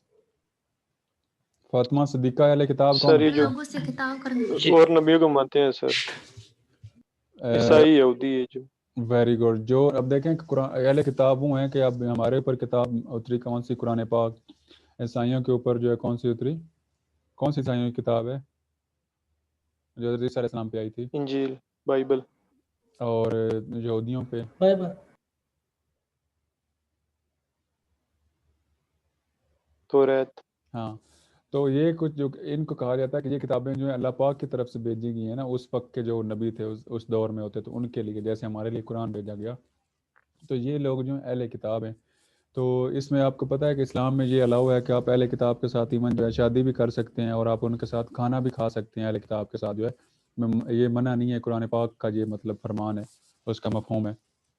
तो सर सैयद अहमद खान का असल में जो ये अहले किताब वाला चक्कर और ये उसको हाईलाइट करने का था ना, वो अगेन वही बात थी, इसका मकसद जो पीछे था ना, पर्पस, वो क्या था, वो जो मैं आपको अब पहले बताया ना इसके इंट्रोडक्शन में, वो ये चाह रहा था कि जो ब्रिटिश थे उनका क्या मज़हब था, उनका मज़हब था क्रिश्चियनिटी। वो क्रिश्चियन थे और हम थे मुसलमान, तो वो सिमिलैरिटीज़ ढूंढने के चक्कर में थे हर किस्म के, कि किसी न किसी से ब्रिटिश और जो है मुसलमान आपस में एक क्लोज हो जाएं और ब्रिटिश को जो है ज़्यादा से ज़्यादा जो राइट्स हैं वो दे सकें, जो लोकल मुस्लिम को ब्रिटिश जो है वो राइट दें। तो इस वजह से इन्होंने ये काम जो ये भी एक रिसाला उसकी एक कोशिश थी। आगे आ जाए रिलीजियस एफर्ट्स क्या थी, एक बंदा था विलियम म्यूर जो है, उसने क्या किया कि एक बुक लिखी हुई है, क्रिश्चियन था, लाइफ ऑफ मोहम्मद के नाम से। ये उसका टाइटल पूरा नहीं है, पीस बी अपॉन हिम जो है ना, ये पूरा उसका टाइटल नहीं है, मैंने खुद से लिखा है, नबी पाक सल्लल्लाहु अलैहि वसल्लम, सिर्फ यहाँ तक उसका टाइटल लाइफ ऑफ मोहम्मद। ठीक है जी। तो इसमें उसने क्या किया कि नबी पाक सल्लम के बारे में कुछ ऐसे रिमार्क्स दिए जो डेरोगेटरी थे, जो एक्सेप्टेबल नहीं थे, और इन्होंने इस्लाम को भी चैलेंज किया। तो सर सैयद ने इसको क्या किया, रिस्पॉन्स करने के लिए या उन इल्ज़ामात का जवाब देने के लिए एक बुक लिखी, या एक रिसाला लिखा जिसका नाम था खुतबात अहमदिया। खुतबा जो है और अहमदिया, उनका नाम अहमद था, सर सैयद अहमद, तो इस वजह से इसका नाम उन्होंने रखा खुतबात अहमदिया। और उसमें उन्होंने रिप्लाई किया, जो भी उसने इल्ज़ामात लगाए थे उसको आंसर किया। फिर जो है उसने क्या किया कि जी बाइबल के ऊपर जो है कमेंट्री लिखी। और कमेंट्री क्या होता है जी, तफसीर जो होती है, जैसे कुरान पाक की तफसीर लिखी है, तो उसमें अगेन वो सिमिलैरिटीज़ हाईलाइट कर रहा है। ये सिमिलैरिटीज़ तो highlight the similarities between Islam and Christianity, तो वो हाईलाइट कर क्या क्या क्या सिमिलैरिटीज़ हैं जी। खुदा को मानते हैं हम भी, क्रिश्चियंस भी मानते हैं। फिर जी आखिरत के ऊपर हम यकीन रखते हैं, क्रिश्चियन भी इसके ऊपर यकीन रखते हैं। उसके अलावा जी वहाँ उनकी भी जो है रिवील्ड बुक है, हमारी भी जो है रिवील्ड बुक है। उनका भी नबी मतलब अल्लाह पाक की तरफ से हज़रत ईसा भेजे गए, हमारे भी जो है नबी अल्लाह पाक की तरफ से भेजे गए। तो इस तरह की जो जो सिमिलैरिटीज़ थी ना, वो हाईलाइट करने की कोशिश की सर सैयद की वजह की तरफ से, ताकि क्या हो कि ये क्लोज मतलब एक दूसरे के अगेन जो है वो नज़दीक आ सकें। तो फाइनली जो है सर सैयद अहमद खान जो टू नेशन थ्योरी का कॉन्सेप्ट है, उस पर भी हम जब टू नेशन थ्योरी का बात आएगी, जिस पे हम जो आइडियोलॉजी ऑफ पाकिस्तान वाला लेक्चर होगा तो उस पर बात करेंगे। लेकिन यहाँ पे जो है आप कह सकते हैं कि सर सैयद अहमद खान जो है वो पहले तो हिंदू मुस्लिम यूनिटी की बात करते थे, लेकिन जब वो उर्दू हिंदी कंट्रोवर्सी 1867 का जो इवेंट हुआ ना, जब वो कहा गया कि ये सिर्फ मुसलमानों की लैंग्वेज है उर्दू, जो है हिंदुओं ने उसके खिलाफ जो एक मूवमेंट चलाई, और वो सारा कांग्रेस ने बाकी पार्टी जिसको सपोर्ट कर रही थी, तो उस वक्त खैर कांग्रेस नहीं थी, सॉरी कांग्रेस नहीं थी। तो वो उसको रिस्पॉन्स करने के अब सर सैयद अहमद कहा कि जी ये जो अगर इस तरह से आगे कर रहे हैं तो अब हम जो है अलग अलग मतलब कौम है कि क्योंकि ये हमारे कल्चर का हिस्सा है, तो ये हम अगर चैलेंज करें तो इसका हमारा मज़हब कल्चर वो सारी चीज़ें अलग है। वरना वो कहते थे कि एक ही जो आप कह सकते हैं ना जो जूल है उसके दो अंक है, जो मुसलमान हिंदू मुस्लिम यूनिटी पहले करते थे, लेकिन इसके बाद उन्होंने ये डिफरेंसेस जो है इसको हाईलाइट करना शुरू कर दिया।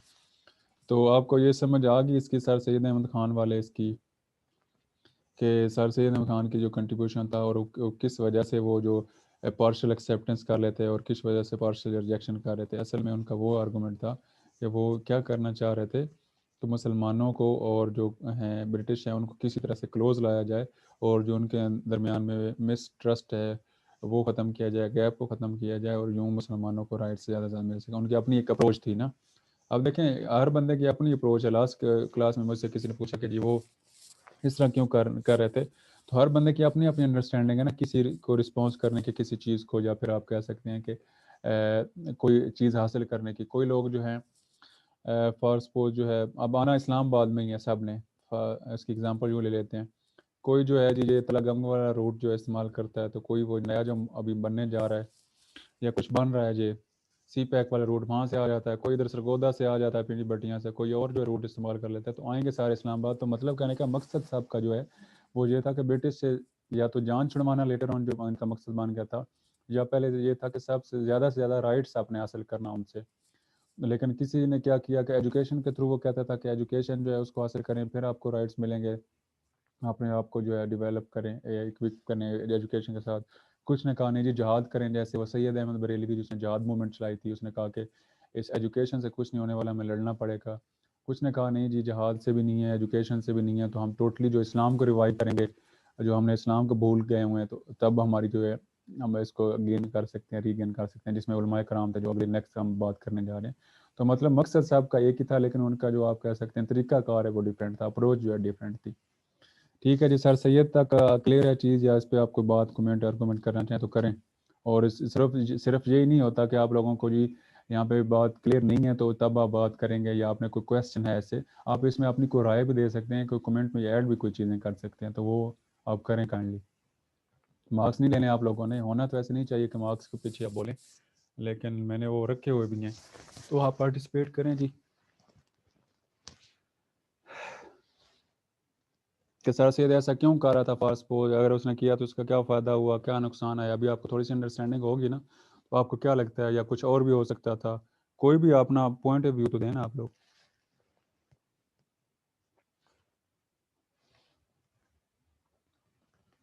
मौजम साहब बोलें। सर ये जो आपने बताया कि सर सैयद अहमद खान चाहते थे कि हम लोग उनको मान लें, तो सर जब हम लोग ये इंडियन जो थे कम्युनिटी में मुस्लिम, उन्होंने सर जब ये नहीं मानी थी बातें उनसे नहीं हो रही थी, तो सर वो फिर क्या मुसलमानों की तरफ आ गए थे, या सर उन्होंने फिर कहा था कि नहीं जो मैं कह रहा था वो बातें सही थी? मौजम साहब शायद मिसअंडरस्टैंडिंग होगी, सर सैयद बिल्कुल भी ये नहीं कह रहे थे कि आप उनको सरेंडर कर दें ब्रिटिश के सामने और उनको एक्सेप्ट कर लें और वो हमारे दाता और मौला हो गए, सारा कुछ ऐसा नहीं था। वो सिर्फ उनका एक तरीका था कि आपने उस एजुकेशन को अगर हासिल नहीं करेंगे या अपनी जो मिसअंडरस्टैंडिंग है वो ख़त्म नहीं करेंगे तो अभी सर्वाइव करना हमारे लिए मुश्किल होगा। वो सर्वाइवल की जंग लड़ रहे थे और उसके लिए उनको बेहतर ये लगा कि हमें एजुकेशन भी मॉडर्न हासिल करनी चाहिए, उसके साथ साथ हम ब्रिटिश के साथ कोऑपरेट भी करना चाहिए, और इस तरह से तो उनका तरीक़ाकार था। ये कभी भी उन्होंने नहीं कहा कि हमें सरेंडर कर देना चाहिए उनके सामने, या फिर जो उनको एक्सेप्ट उन्होंने कर लिया और वो कह रहे थे कि ठीक है ये रूलर हैं।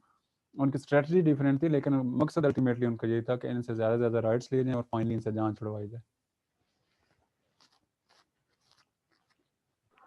ठीक है सर जी क्लास।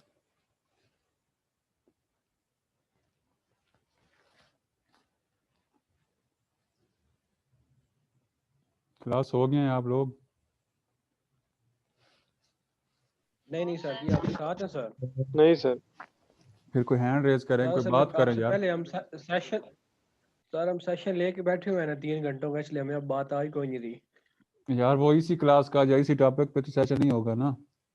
मैंने भी पहले, आपको पता है, मैंने भी आपके मॉर्निंग में लिया सेशन 3 घंटे का, आपके भी वहाँ पे नमल का भी और एक और भी उससे पहले भी।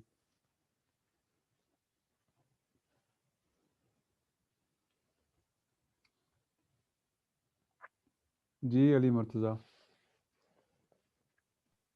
सर आजकल मतलब कई लोगों का ये ख्याल है कि सर सैयद के इस रवैये की वजह से ना भाई लोग अभी तक भी जो हमारे जो पाकिस्तानी जो है हमारी कम्युनिटी है मुस्लिम्स, इंग्लिश की जो उनकी जो वेस्ट कल्चर है उसके मतलब के गुलाम हम हो गए हैं। मतलब के लैंग्वेज के जरिए भी जिस तरह भी सर सैयद की एक अप्रोच थी, लेकिन इस अप्रोच की वजह से एक नुकसान ही हुआ है कि हम लोग इस्लाम से दूर हुए हैं और उस हमने वेस्ट कल्चर को ज्यादा अपनाया है।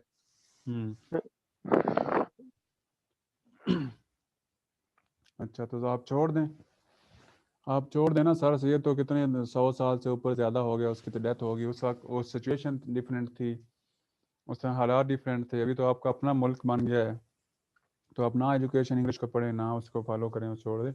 ये एक इल्ज़ाम जो आप कह रहे हो ठीक है, लोग कहते हैं, लेकिन इस तरह से ये ठीक नहीं है। मतलब उनको ये इसके ऊपर मुल्ज़िम इल्ज़ाम ठहराना। अभी आप अपना सिस्टम है, अभी देखें कि अगर आप अभी इंग्लिश नहीं पढ़ते फॉर सपोज, तो आप क्या करेंगे? इंटरनेशनल लेवल पे आपने अपने रिलेशंस जो हैं वो भी बाकी कंट्रीज़ के साथ बनाने हैं। फिर आपने जो है ट्रेड भी करना है बाकी कंट्रीज़ के साथ। अकेला पाकिस्तान लाइनेट होकर तो सर्वाइव नहीं कर सकता। फिर आपने जो है बाकी मामला भी इंटरनेशनल, जो आप ग्लोबल विलेज आपका बन गया, टेक्नोलॉजी में आप एडवांस नहीं होंगे तो पीछे रह जाएंगे। आपका डिफेंस का सिस्टम उस तरह से एडवांस नहीं होगा। तो आप सिर्फ ये सर सैयद को कह दें और हमने उसकी तरफ चलेंगे, हमने नहीं करना था। तो ये आप वक्त की ज़रूरत है ना बच्चे, कि आपने साइंस का एजुकेशन भी हासिल करनी है, आपने इंग्लिश भी पढ़नी है, आपने इस्लाम को भी साथ साथ डेफिनेटली पढ़ना है। तो अगर आप एक तरफ चले जाएंगे तो वो फिर काम चलेगा नहीं। ये आपके वक्त की ज़रूरत है। तो इस वजह से जो है सिर्फ सर सैयद को कह देना कि वो इस वजह से और इसको नेगेटिव लेना, मेरे ख्याल में ये फिर नहीं होगा। ये हमारी ज़रूरत है।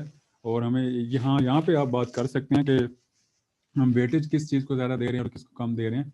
तो वेटेज आप वो कह सकते हैं कि फलां एजुकेशन को या फलां स्टैंडर्डाइज चीज़ होनी चाहिए, उसको ज़्यादा उसको कम होना चाहिए। इस पर बात हो सकती है, डिबेट हो सकती है। लेकिन ये कह देना कि सिर्फ एक ही चीज़ पे जाया जाए तो ये गलत बात है। जी सुल्ताना, सफ़िया सुल्ताना।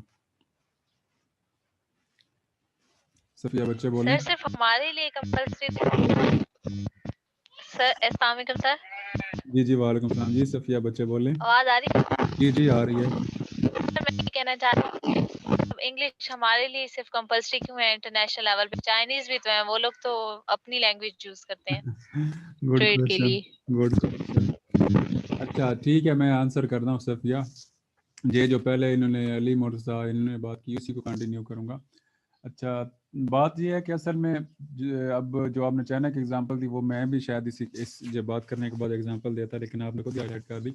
अब कनाडा में चले जाएं तो वहाँ पे अलग से एक ऐसी मिनिस्ट्री है जो लोकल कल्चर्स को, लोकल आप कह सकते हैं लैंग्वेजेस को प्रमोट करती है, और नेशनल लेवल पे तो उनका एक स्ट्रक्चर है। हमारा पाकिस्तान का अलमिया ये है कि हम जो है वो, मैंने पहले भी एग्जांपल दिया कि वो कौवा चला था ना, वो उसकी हंस के चाल, तो वो अपनी भी भूल गया और उसकी भी, मतलब अपनी भी ना आई उसकी भी ना आई। तो कहने का मकसद ये, ना तो हम इंग्लिश सही तरह से सीख सके, पढ़ सके, और ना हमें अपने कल्चर और लैंग्वेज का पता है। तो होना ये चाहिए मेरे मुताबिक जो है, वो जो आपके सवाल का आंसर शायद हो सकता है कि हमें लोकल लैंग्वेजेस जो हैं या लोकल कल्चर जो है उसको प्रमोट करना चाहिए। मतलब आप प्राइमरी लेवल पर या उस तरह तक आप कह सकते हैं कि अपनी मदर टंग में उसको एजुकेशन होनी चाहिए, नंबर 1। लेकिन उसके साथ साथ आपको जो है ये क्या करना चाहिए कि इंग्लिश भी पढ़नी चाहिए, जैसे मैंने आपको कहा कि वो आपके वक्त की ज़रूरत है। फिर आप जो है आपके मतलब उसको एक इंटरनेशनल लेवल पे उसकी ज़रूरत है। और थर्ड जो आपने बात की कि जी चाइना जो है वो क्यों नहीं वो अपनी लैंग्वेज में तो पढ़ता है, तो करता है सारा कुछ, तो लेकिन उसके बावजूद भी है। तो यही आर्गूमेंट है कि अगर आप समझें कि जी हम जो लोकल लैंग्वेज जो है उसमें सिर्फ प्रमोट करते रहेंगे तो हम इंटरनेशनल लेवल पर अलाइनेट हो जाएंगे, ऐसा होता नहीं है। लेकिन जो आपको दूसरी तरफ ये दोनों चीज़ों का बैलेंस एक चीज़ होती है ना अप्रोच बच्चे, कि ना सिर्फ आप लोकल लैंग्वेजेस पे बैठ सकते हैं और उस पर मॉडल पे बैठ सकते हैं, और ना सिर्फ आप कहें कि लोकल को छोड़ के आप इंटरनेशनल लेवल पे चले जाएं। तो दोनों को, क्योंकि आपने अपना हेरिटेज भी जो उसको भी संभालना है, साथ साथ जो है आपने कम्पीट भी करना है। अब देखें कि मैं जो है सारी एनर्जी जो इंग्लिश सीखने में लगा देता हूँ एक साल, जो मुझे वो समझ नहीं आती, और साथ साथ जो असल मेरा जो था मतलब था या मकसद था आप कह सकते हैं कि मैंने एक सब्जेक्ट जो है वो पढ़ना था, बिजनेस स्टडीज़ पढ़ना था या कंप्यूटर साइंस पढ़ा। अगर कंप्यूटर साइंस जो है वो फर्स्ट पंजाबी में होता, लिखा हुआ होता है उसको मुझे पढ़ना, तो शायद मुझे वो इंग्लिश की जो समझ नहीं आती चीज़ें तो वो पंजाबी में ज़्यादा समझ आ जाती। तो कहने का मकसद ये है कि वो जो हम एनर्जी वहाँ पे उस लैंग्वेज पे लगाते हैं वो हम कंटेंट पे लगा सकते थे, लेकिन बैलेंस अप्रोच सफिया हमें करनी पड़ेगी कि हमें दोनों तरफ से जो है साथ साथ जो है इसको भी नहीं इग्नोर कर सकते हैं, और साथ साथ जो हमें प्रमोट करना होगा अपने लोकल कल्चर को भी। अनस क्या कहना चाह रहे हो? यहाँ पे किसी ने कोई सवाल भी किया शायद कमेंट में भी। निदा खान कह रहे हैं कि हमारी नेशनल लैंग्वेज तो उर्दू है, इस तरह इंग्लिश तो इम्पोर्टेंस दी, इंग्लिश को इम्पोर्टेंस दी दे के हमने अपनी नेशनल लैंग्वेज की इम्पोर्टेंस कम नहीं की। अच्छा, इनका ये सवाल है। अब अगर हर जगह इंग्लिश ही चल रही है, उर्दू बोलने वाला कोई नहीं समझा जाता। अच्छा सफ़िया मेरा ख्याल में कह रही हैं कि जो हमने नेशनल लैंग्वेज है उसको उर्दू तो बनाया था, लेकिन उसके बावजूद भी जो हम इम्पोर्टेंस है वो इंग्लिश को ही देते हैं, तो फिर उस तरह से वो चीज़ें ठीक नहीं चल रही। तो सफ़िया अगेन जो है सॉरी जो निदा अगेन वही बात सफ़िया वाली जो है उसको मैं रिपीट करूँगा कि आपने जो अब आपकी मैं बोल रहा हूँ तो मेरी मदर टंग उर्दू तो नहीं है, आप में से भी कोई कश्मीरी है, कश्मीर की होगी, किसी की बलोची, किसी की सिंधी, सराइकी, पता नहीं क्या क्या पश्तो, तो वो होंगी अपनी अपनी लैंग्वेजेस। तो कहने का मकसद ये है कि एक ऐसी कॉमन लैंग्वेज तो होनी चाहिए ना। अब मैं खैबर पख्तूनख्वा में चला जाता हूँ, मुझे उर्दू और सॉरी जो है पश्तो नहीं आती, तो मैं क्या करूँगा वहाँ पे, फिर कैसे कम्युनिकेट करूँगा उन लोगों के साथ और उनकी बात कैसे समझूंगा। तो जो उर्दू है उसको इस लेवल पे तो आप कह सकते हैं कि होना चाहिए कि एक कॉमन लैंग्वेज जिसमें हम जो है अपनी अंडरस्टैंडिंग कर सकें नेशनल लेवल पे। लेकिन अगेन वही बात है कि आपको जो लोकल लैंग्वेजेस हैं या लोकल कल्चर है उसको प्रमोट करना ज़रूरी है। और जो आप कह रही हो ना कि उसको हमने वेटेज ज़्यादा दिया हुआ है इंग्लिश को, और वो तो वो हमारी कॉन्स्टिट्यूशनल आप कह सकते हैं कुछ ऐसी हैंड्रेस हैं आप कह सकते हैं, या फिर वो रिस्ट्रिक्शंस हैं जो हमने की हुई हैं जानबूझ के, और एक हमारी ज़रूरत भी है तो उसके ऊपर हम अमल नहीं कर रहे। वो बात आप बिल्कुल ठीक कर रहे हैं, वहाँ पे एग्री करता हूँ मैं। जी अनस। अस्सलाम वालेकुम सर। वालेकुम अस्सलाम मौज़म। ये एक मिनट अनस साहब, एक मिनट वेट कीजिएगा। हमारी 2 बजे क्लास शुरू हुई थी तो 1.5 घंटा हो गया है। तो आप लोगों ने अगर 10 मिनट की ब्रेक लेनी है फिर थोड़ी सी इस क्लास को मूव ऑन करेंगे, तो आप लोग बता दें ये इसको कंटिन्यू। सर आपने अभी कितनी देर पढ़ाना है सर? यार अभी आधा घंटा मैक्सिमम या 40 मिनट तो लगेंगे। अभी वो 1-2 टॉपिक्स हैं, अब हो सकता है अब जल्दी भी खत्म हो जाए। मैं कुछ कह सर सर अगर आधा घंटा तो सर पढ़ा दें सर। अच्छा, बाकी क्लास आप लोग क्या कहते हैं कि थोड़ा 5-10 मिनट का ब्रेक लेना है या कंटिन्यू करें? नहीं सर, अगर 4 बजे तक है तो फिर पढ़ा दें आप कंटिन्यूअसली, कोई इशू नहीं। यस सर पढ़ा दें। अच्छा ठीक है, अनस बोलें। अनस साहब कुछ कहना चाह रहे हैं? अनस आपने हैंड रेज किया। यस सर मेरा क्वेश्चन ये था सर कि जो इमेज आप मकसद ये जो है ना। जी अनस साहब। सर मेरा क्वेश्चन ये था कि जो इमेज सर सैयद अहमद खान की आप हमें जो है ना दिखा रहे हैं, वो पॉजिटिव एस्पेक्ट्स हमें दिखा रहे हैं। उलमा का जो कहना है सर सैयद अहमद खान के बारे में, वो तो बिल्कुल नेगेटिव जो है ना वो एस्पेक्ट्स बताते हैं हमें। जी आप बोले, मैं फिर वो उसको कहते हैं रिस्पॉन्ड कि करूं। वो कहते हैं कि उनके जो व्यूज़ थे इस्लाम के मुताबिक, कुछ व्यूज़ थे जो बिल्कुल इस्लाम के खिलाफ थे। जैसा कि वो हज़रत मूसा अलैहिस्सलाम के जो मौजज़ा था उनका, जो पत्थर को जो है ना वो लकड़ी मारी थी तो उनसे पानी बह गया था ना, उसको नहीं, वो कहते हैं कि मैं नहीं मानता इसको। अच्छा ठीक है जी। Yes sir. और दूसरा वो जन्नत की जो विजन हमें कुरान और हदीस बताती है ना, जन्नत के बारे में जो हमें बताया गया है। सर सैयद अहमद खान वो कहते हैं कि ये तो मैं दुनिया पर भी बना सकता हूँ ऐसा कि जो हूरे है और ये सब कुछ। तो इसके बारे में आपका क्या ख्याल है सर? बिल्कुल अनस साहब आप ठीक कह रहे हैं कि सर सैयद अहमद खान को आप यहाँ पे जो मैं इस वजह से वो जो आप कह रहे हैं ना कि ये उनके डिफरेंसेस थे और उलमाए कराम जो है उनको इसी के ऊपर क्रिटिसाइज भी करते थे, और वो तो मैं यहाँ पे सर सैयद अहमद खान को जो आपने कहा ना कि मैं उसको उस तरह से पोर्ट्रे कर रहा हूँ जैसे आपने पढ़ा उस तरह से नहीं, मतलब मैं पॉजिटिव कर रहा हूँ शायद, लेकिन उनके नेगेटिव भी कुछ चीज़ें थी। तो यहाँ पे मैंने सर सैयद अहमद खान को एज अ रिलीजियस लीडर नहीं पढ़ा रहा आप लोगों को, यहाँ पे मैं उसको एज अ ओवरऑल उनकी पर्सनैलिटी और पाकिस्तान मूवमेंट के रेफरेंस से पढ़ा रहा हूँ कि पाकिस्तान का मूवमेंट जो जब हुई या उसमें उनका क्या कंट्रीब्यूशन या उस तरह से है। तो इस वजह से वो जो आप कह रहे हो, इवन वो तो मिराज के वाक़े के ऊपर भी बहुत सारी वो मतलब कोई क्वेश्चन उठाते हैं कि ये मिराज वाला वाक़या कैसे हो सकता है, ये वो सारी तो वो हैं, और उनके ऊपर फतवे भी लगे कि ये जो है रेशनलिज्म पे बहुत ज़्यादा जाते हैं। तो वो बिल्कुल मुझे पता है उन चीज़ों का। मैंने वो बच्चे जो स्किप की या वो हाईलाइट नहीं की, क्योंकि मैं सर सैयद अहमद पे कोर्स नहीं पढ़ा रहा आपको, मैं पढ़ा रहा हूँ पाकिस्तान स्टडीज़, और हमने वो पोर्शन उसका पढ़ना है उससे रेलिवेंट सर सैयद अहमद खान का जो इससे रेलिवेंट है। तो इस वजह से मैंने उसके रिलीजियस एस्पेक्ट के ऊपर ऐसा जो हाईलाइट नहीं किया, मैंने उसका पॉलिटिकल रोल आप कह लें या पाकिस्तान से जो रेलिवेंट है तो वो किया। ठीक है अनस साहब, बाकी आपको डिफरेंसेस उस पर हो सकते हैं, वो जो आप बात करें वो सारी बिल्कुल ठीक हैं, उन पर क्रिटिक भी की जाती थी, उलमा ने फतवे भी दिए, वो सारी हैं। वो आपने खुद पढ़ना चाहते हैं तो पढ़ें आप सब खुद, सब लोग जो आप पढ़ना चाहते हैं। मैं यहाँ पे इस वजह से नहीं पढ़ा रहा कि हमारी वो डोमेन नहीं है और वो हमारा सब्जेक्ट मैटर नहीं है जहाँ पे इसका कोर्स का। ठीक हो गया जी? जी मलिका। ठीक है सर, थैंक यू सर। मलिका बच्चे बोलें। सर ये वहाँ पे कुछ लोग जब थे, जब मुसलमान कुछ लोग थे जो टोटली एग्री करते थे इस्लाम से, कुछ लोग थे जो टोटली एग्री करते थे कि मतलब कि मॉडर्न एजुकेशन होना चाहिए इस तरह। तो सर उनके आपस में कॉन्फ्लिक्ट्स थे फिर मुसलमानों के आपस में? तो बच्चे बहुत ज़्यादा कॉन्फ्लिक्ट्स थे, मैं यही तो बता रहा हूँ। अभी अनस साहब ने भी जो बात की, ये एक दूसरे पे मतलब मौलवी जो हैं वो जना के ऊपर भी फतवे इनको लगाते थे। इवन जना को जो है काफिर आजम का जो है टाइटल दिया गया। मजलिस अहरार एक जमात थी, नैतुल्लाह मशरकी जो है वो एक मजहबी जमात थी, और पाकिस्तान को क्या कहते थे, प्रीदिस्तान, या फिर वो कहते थे, मुसलमानों की बात कर रहा हूँ, उलमाए कराम की कर रहा हूँ, या फिर इसको काफिरिस्तान जो है उन्होंने टाइटल, ये अल्फाज हैं लिटरली उनके।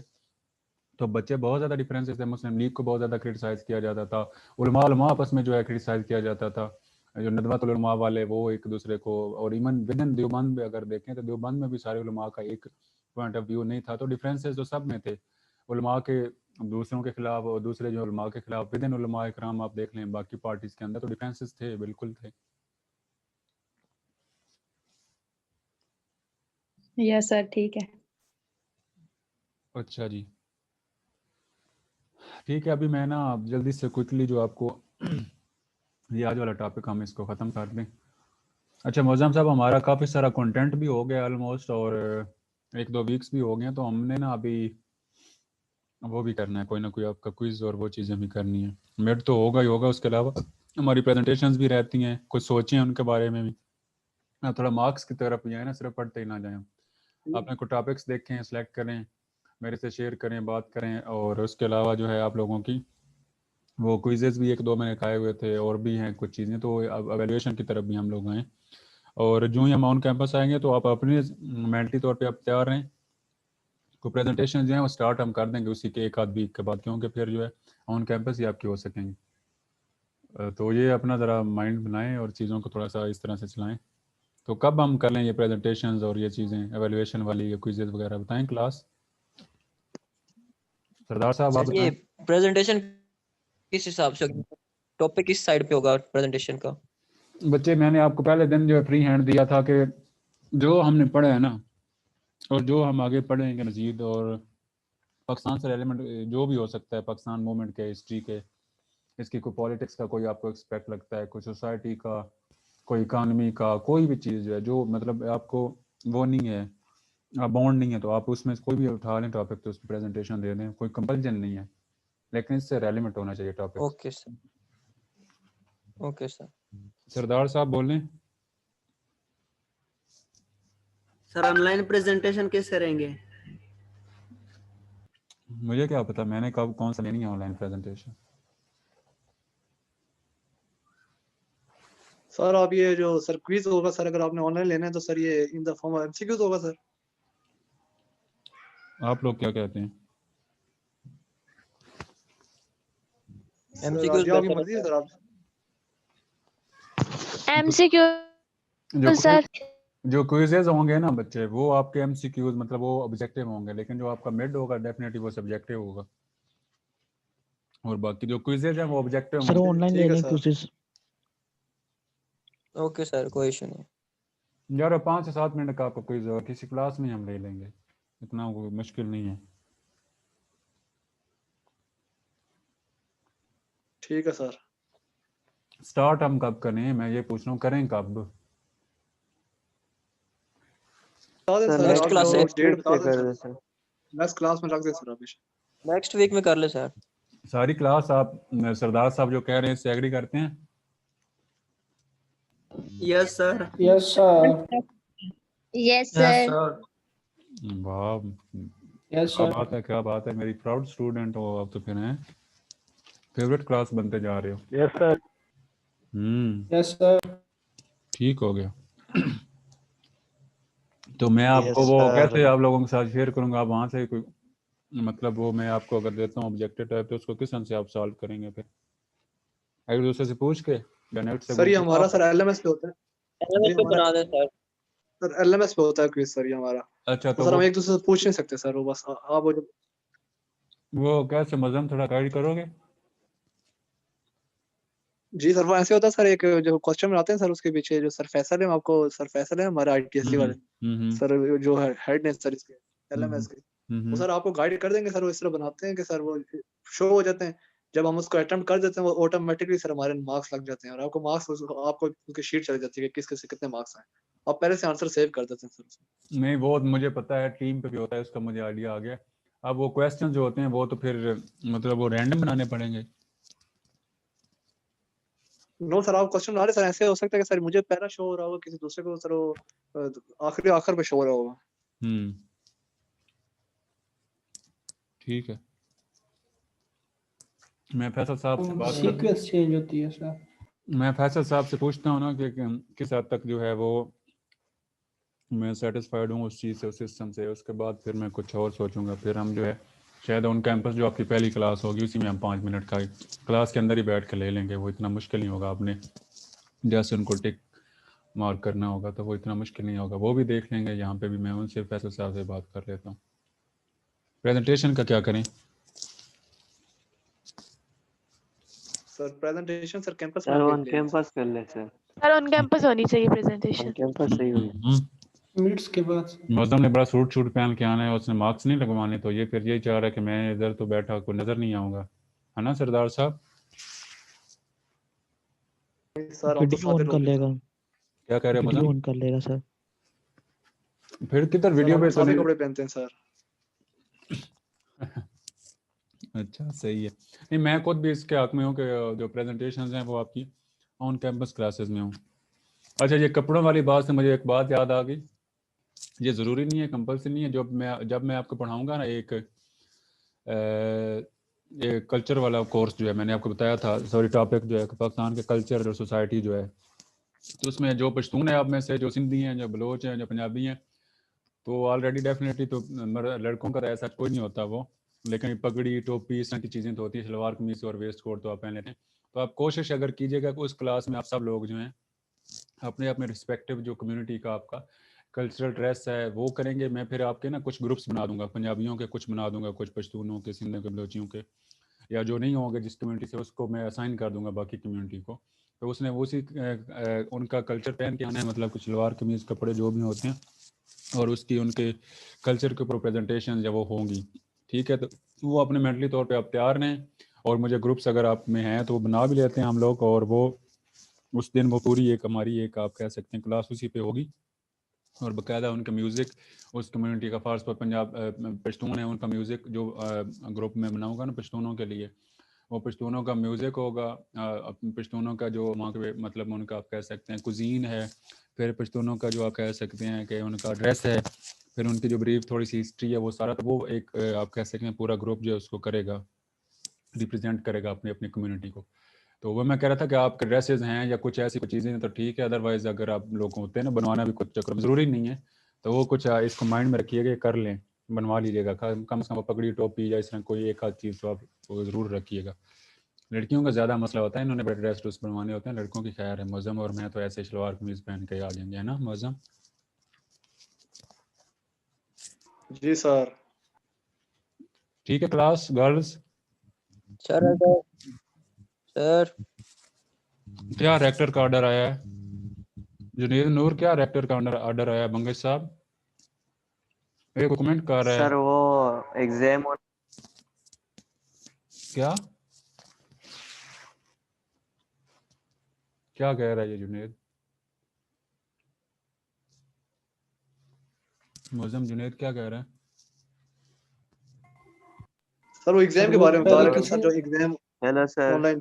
जी पंकज साहब बोल रहे हैं। सर एग्जाम का कह रहा हूँ ऑन कैंपस होंगे सर।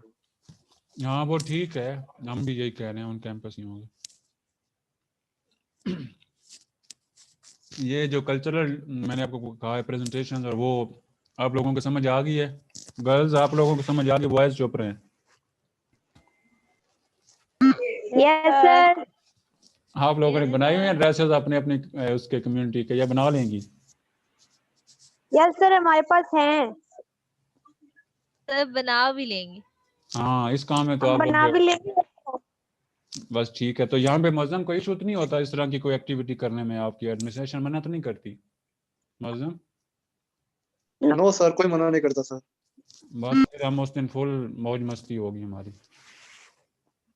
सर मना नहीं करती, अप्रिशिएट जरूर करती है।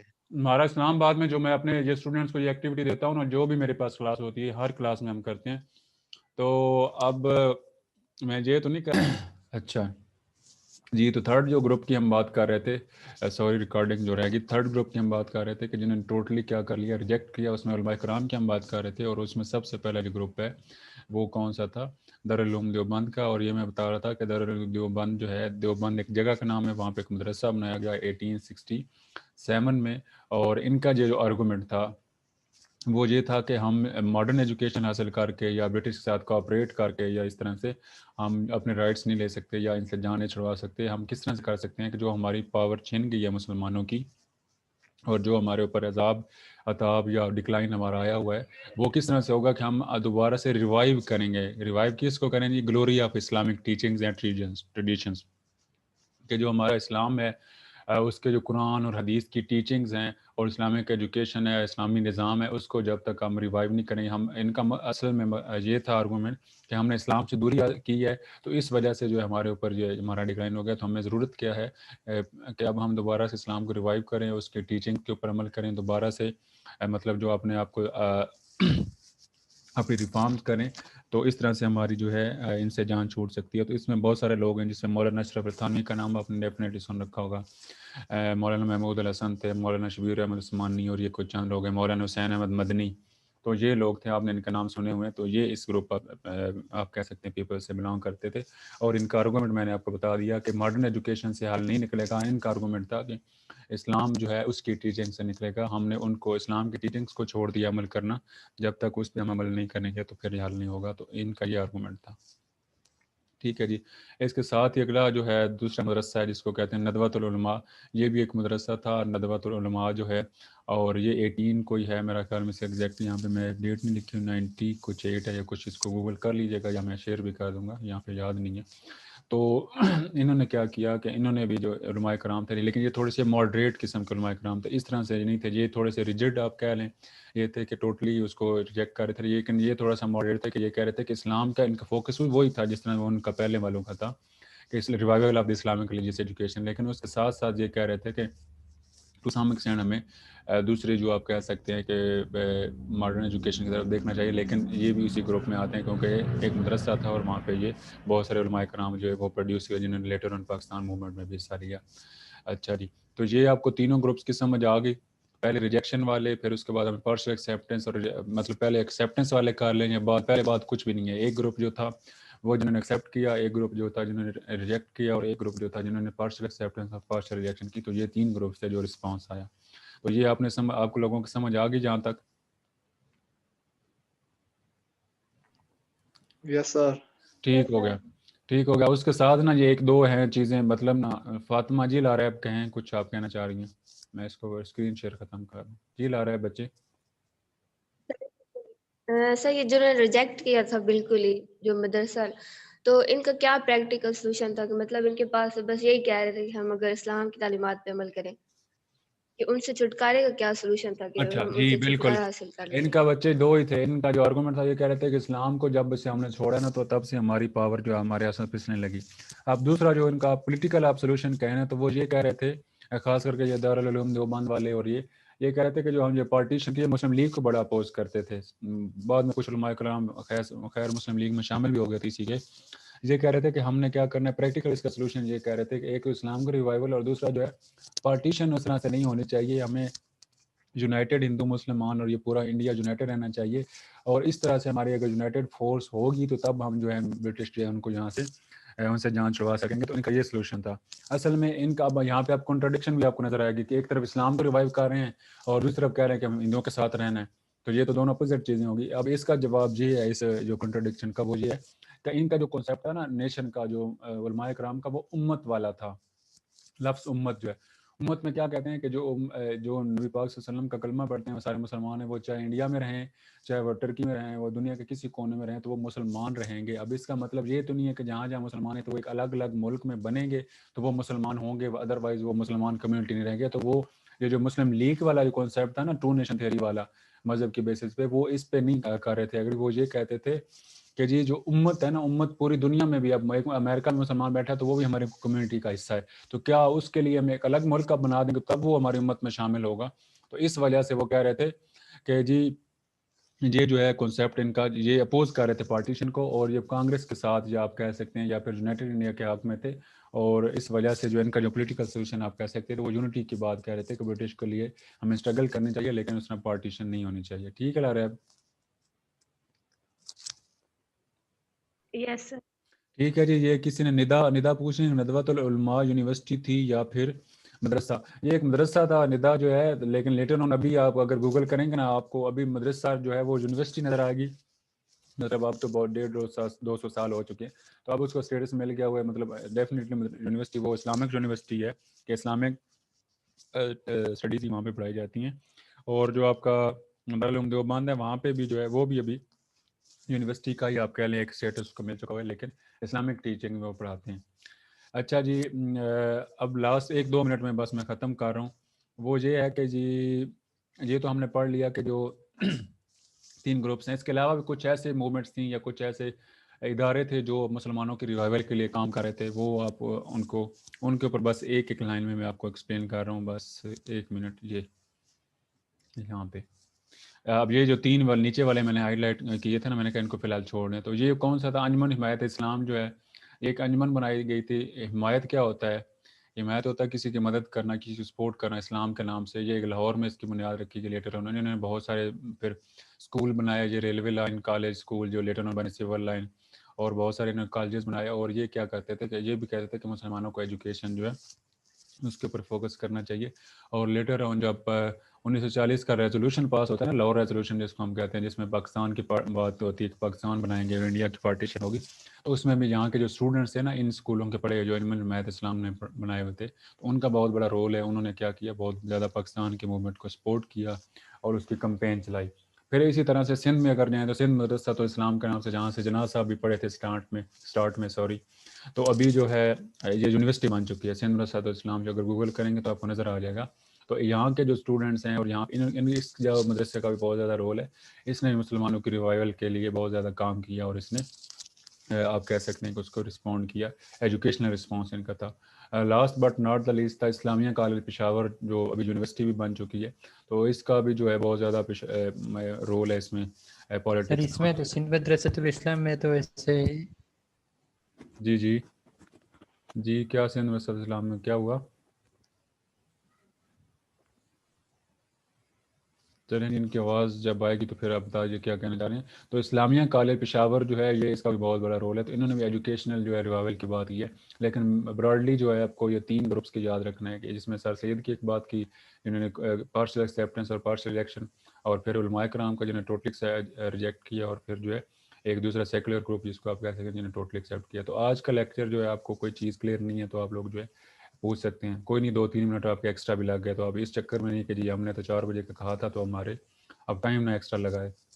क्लास का वैसे टाइम है ऑलरेडी आधा घंटा है, तो ये तो हम वैसे आधा घंटा पहले छोड़ रहे हैं। तो यहाँ तक आपको क्लियर है, कोई बात आप करना चाहते हैं तो कर लें।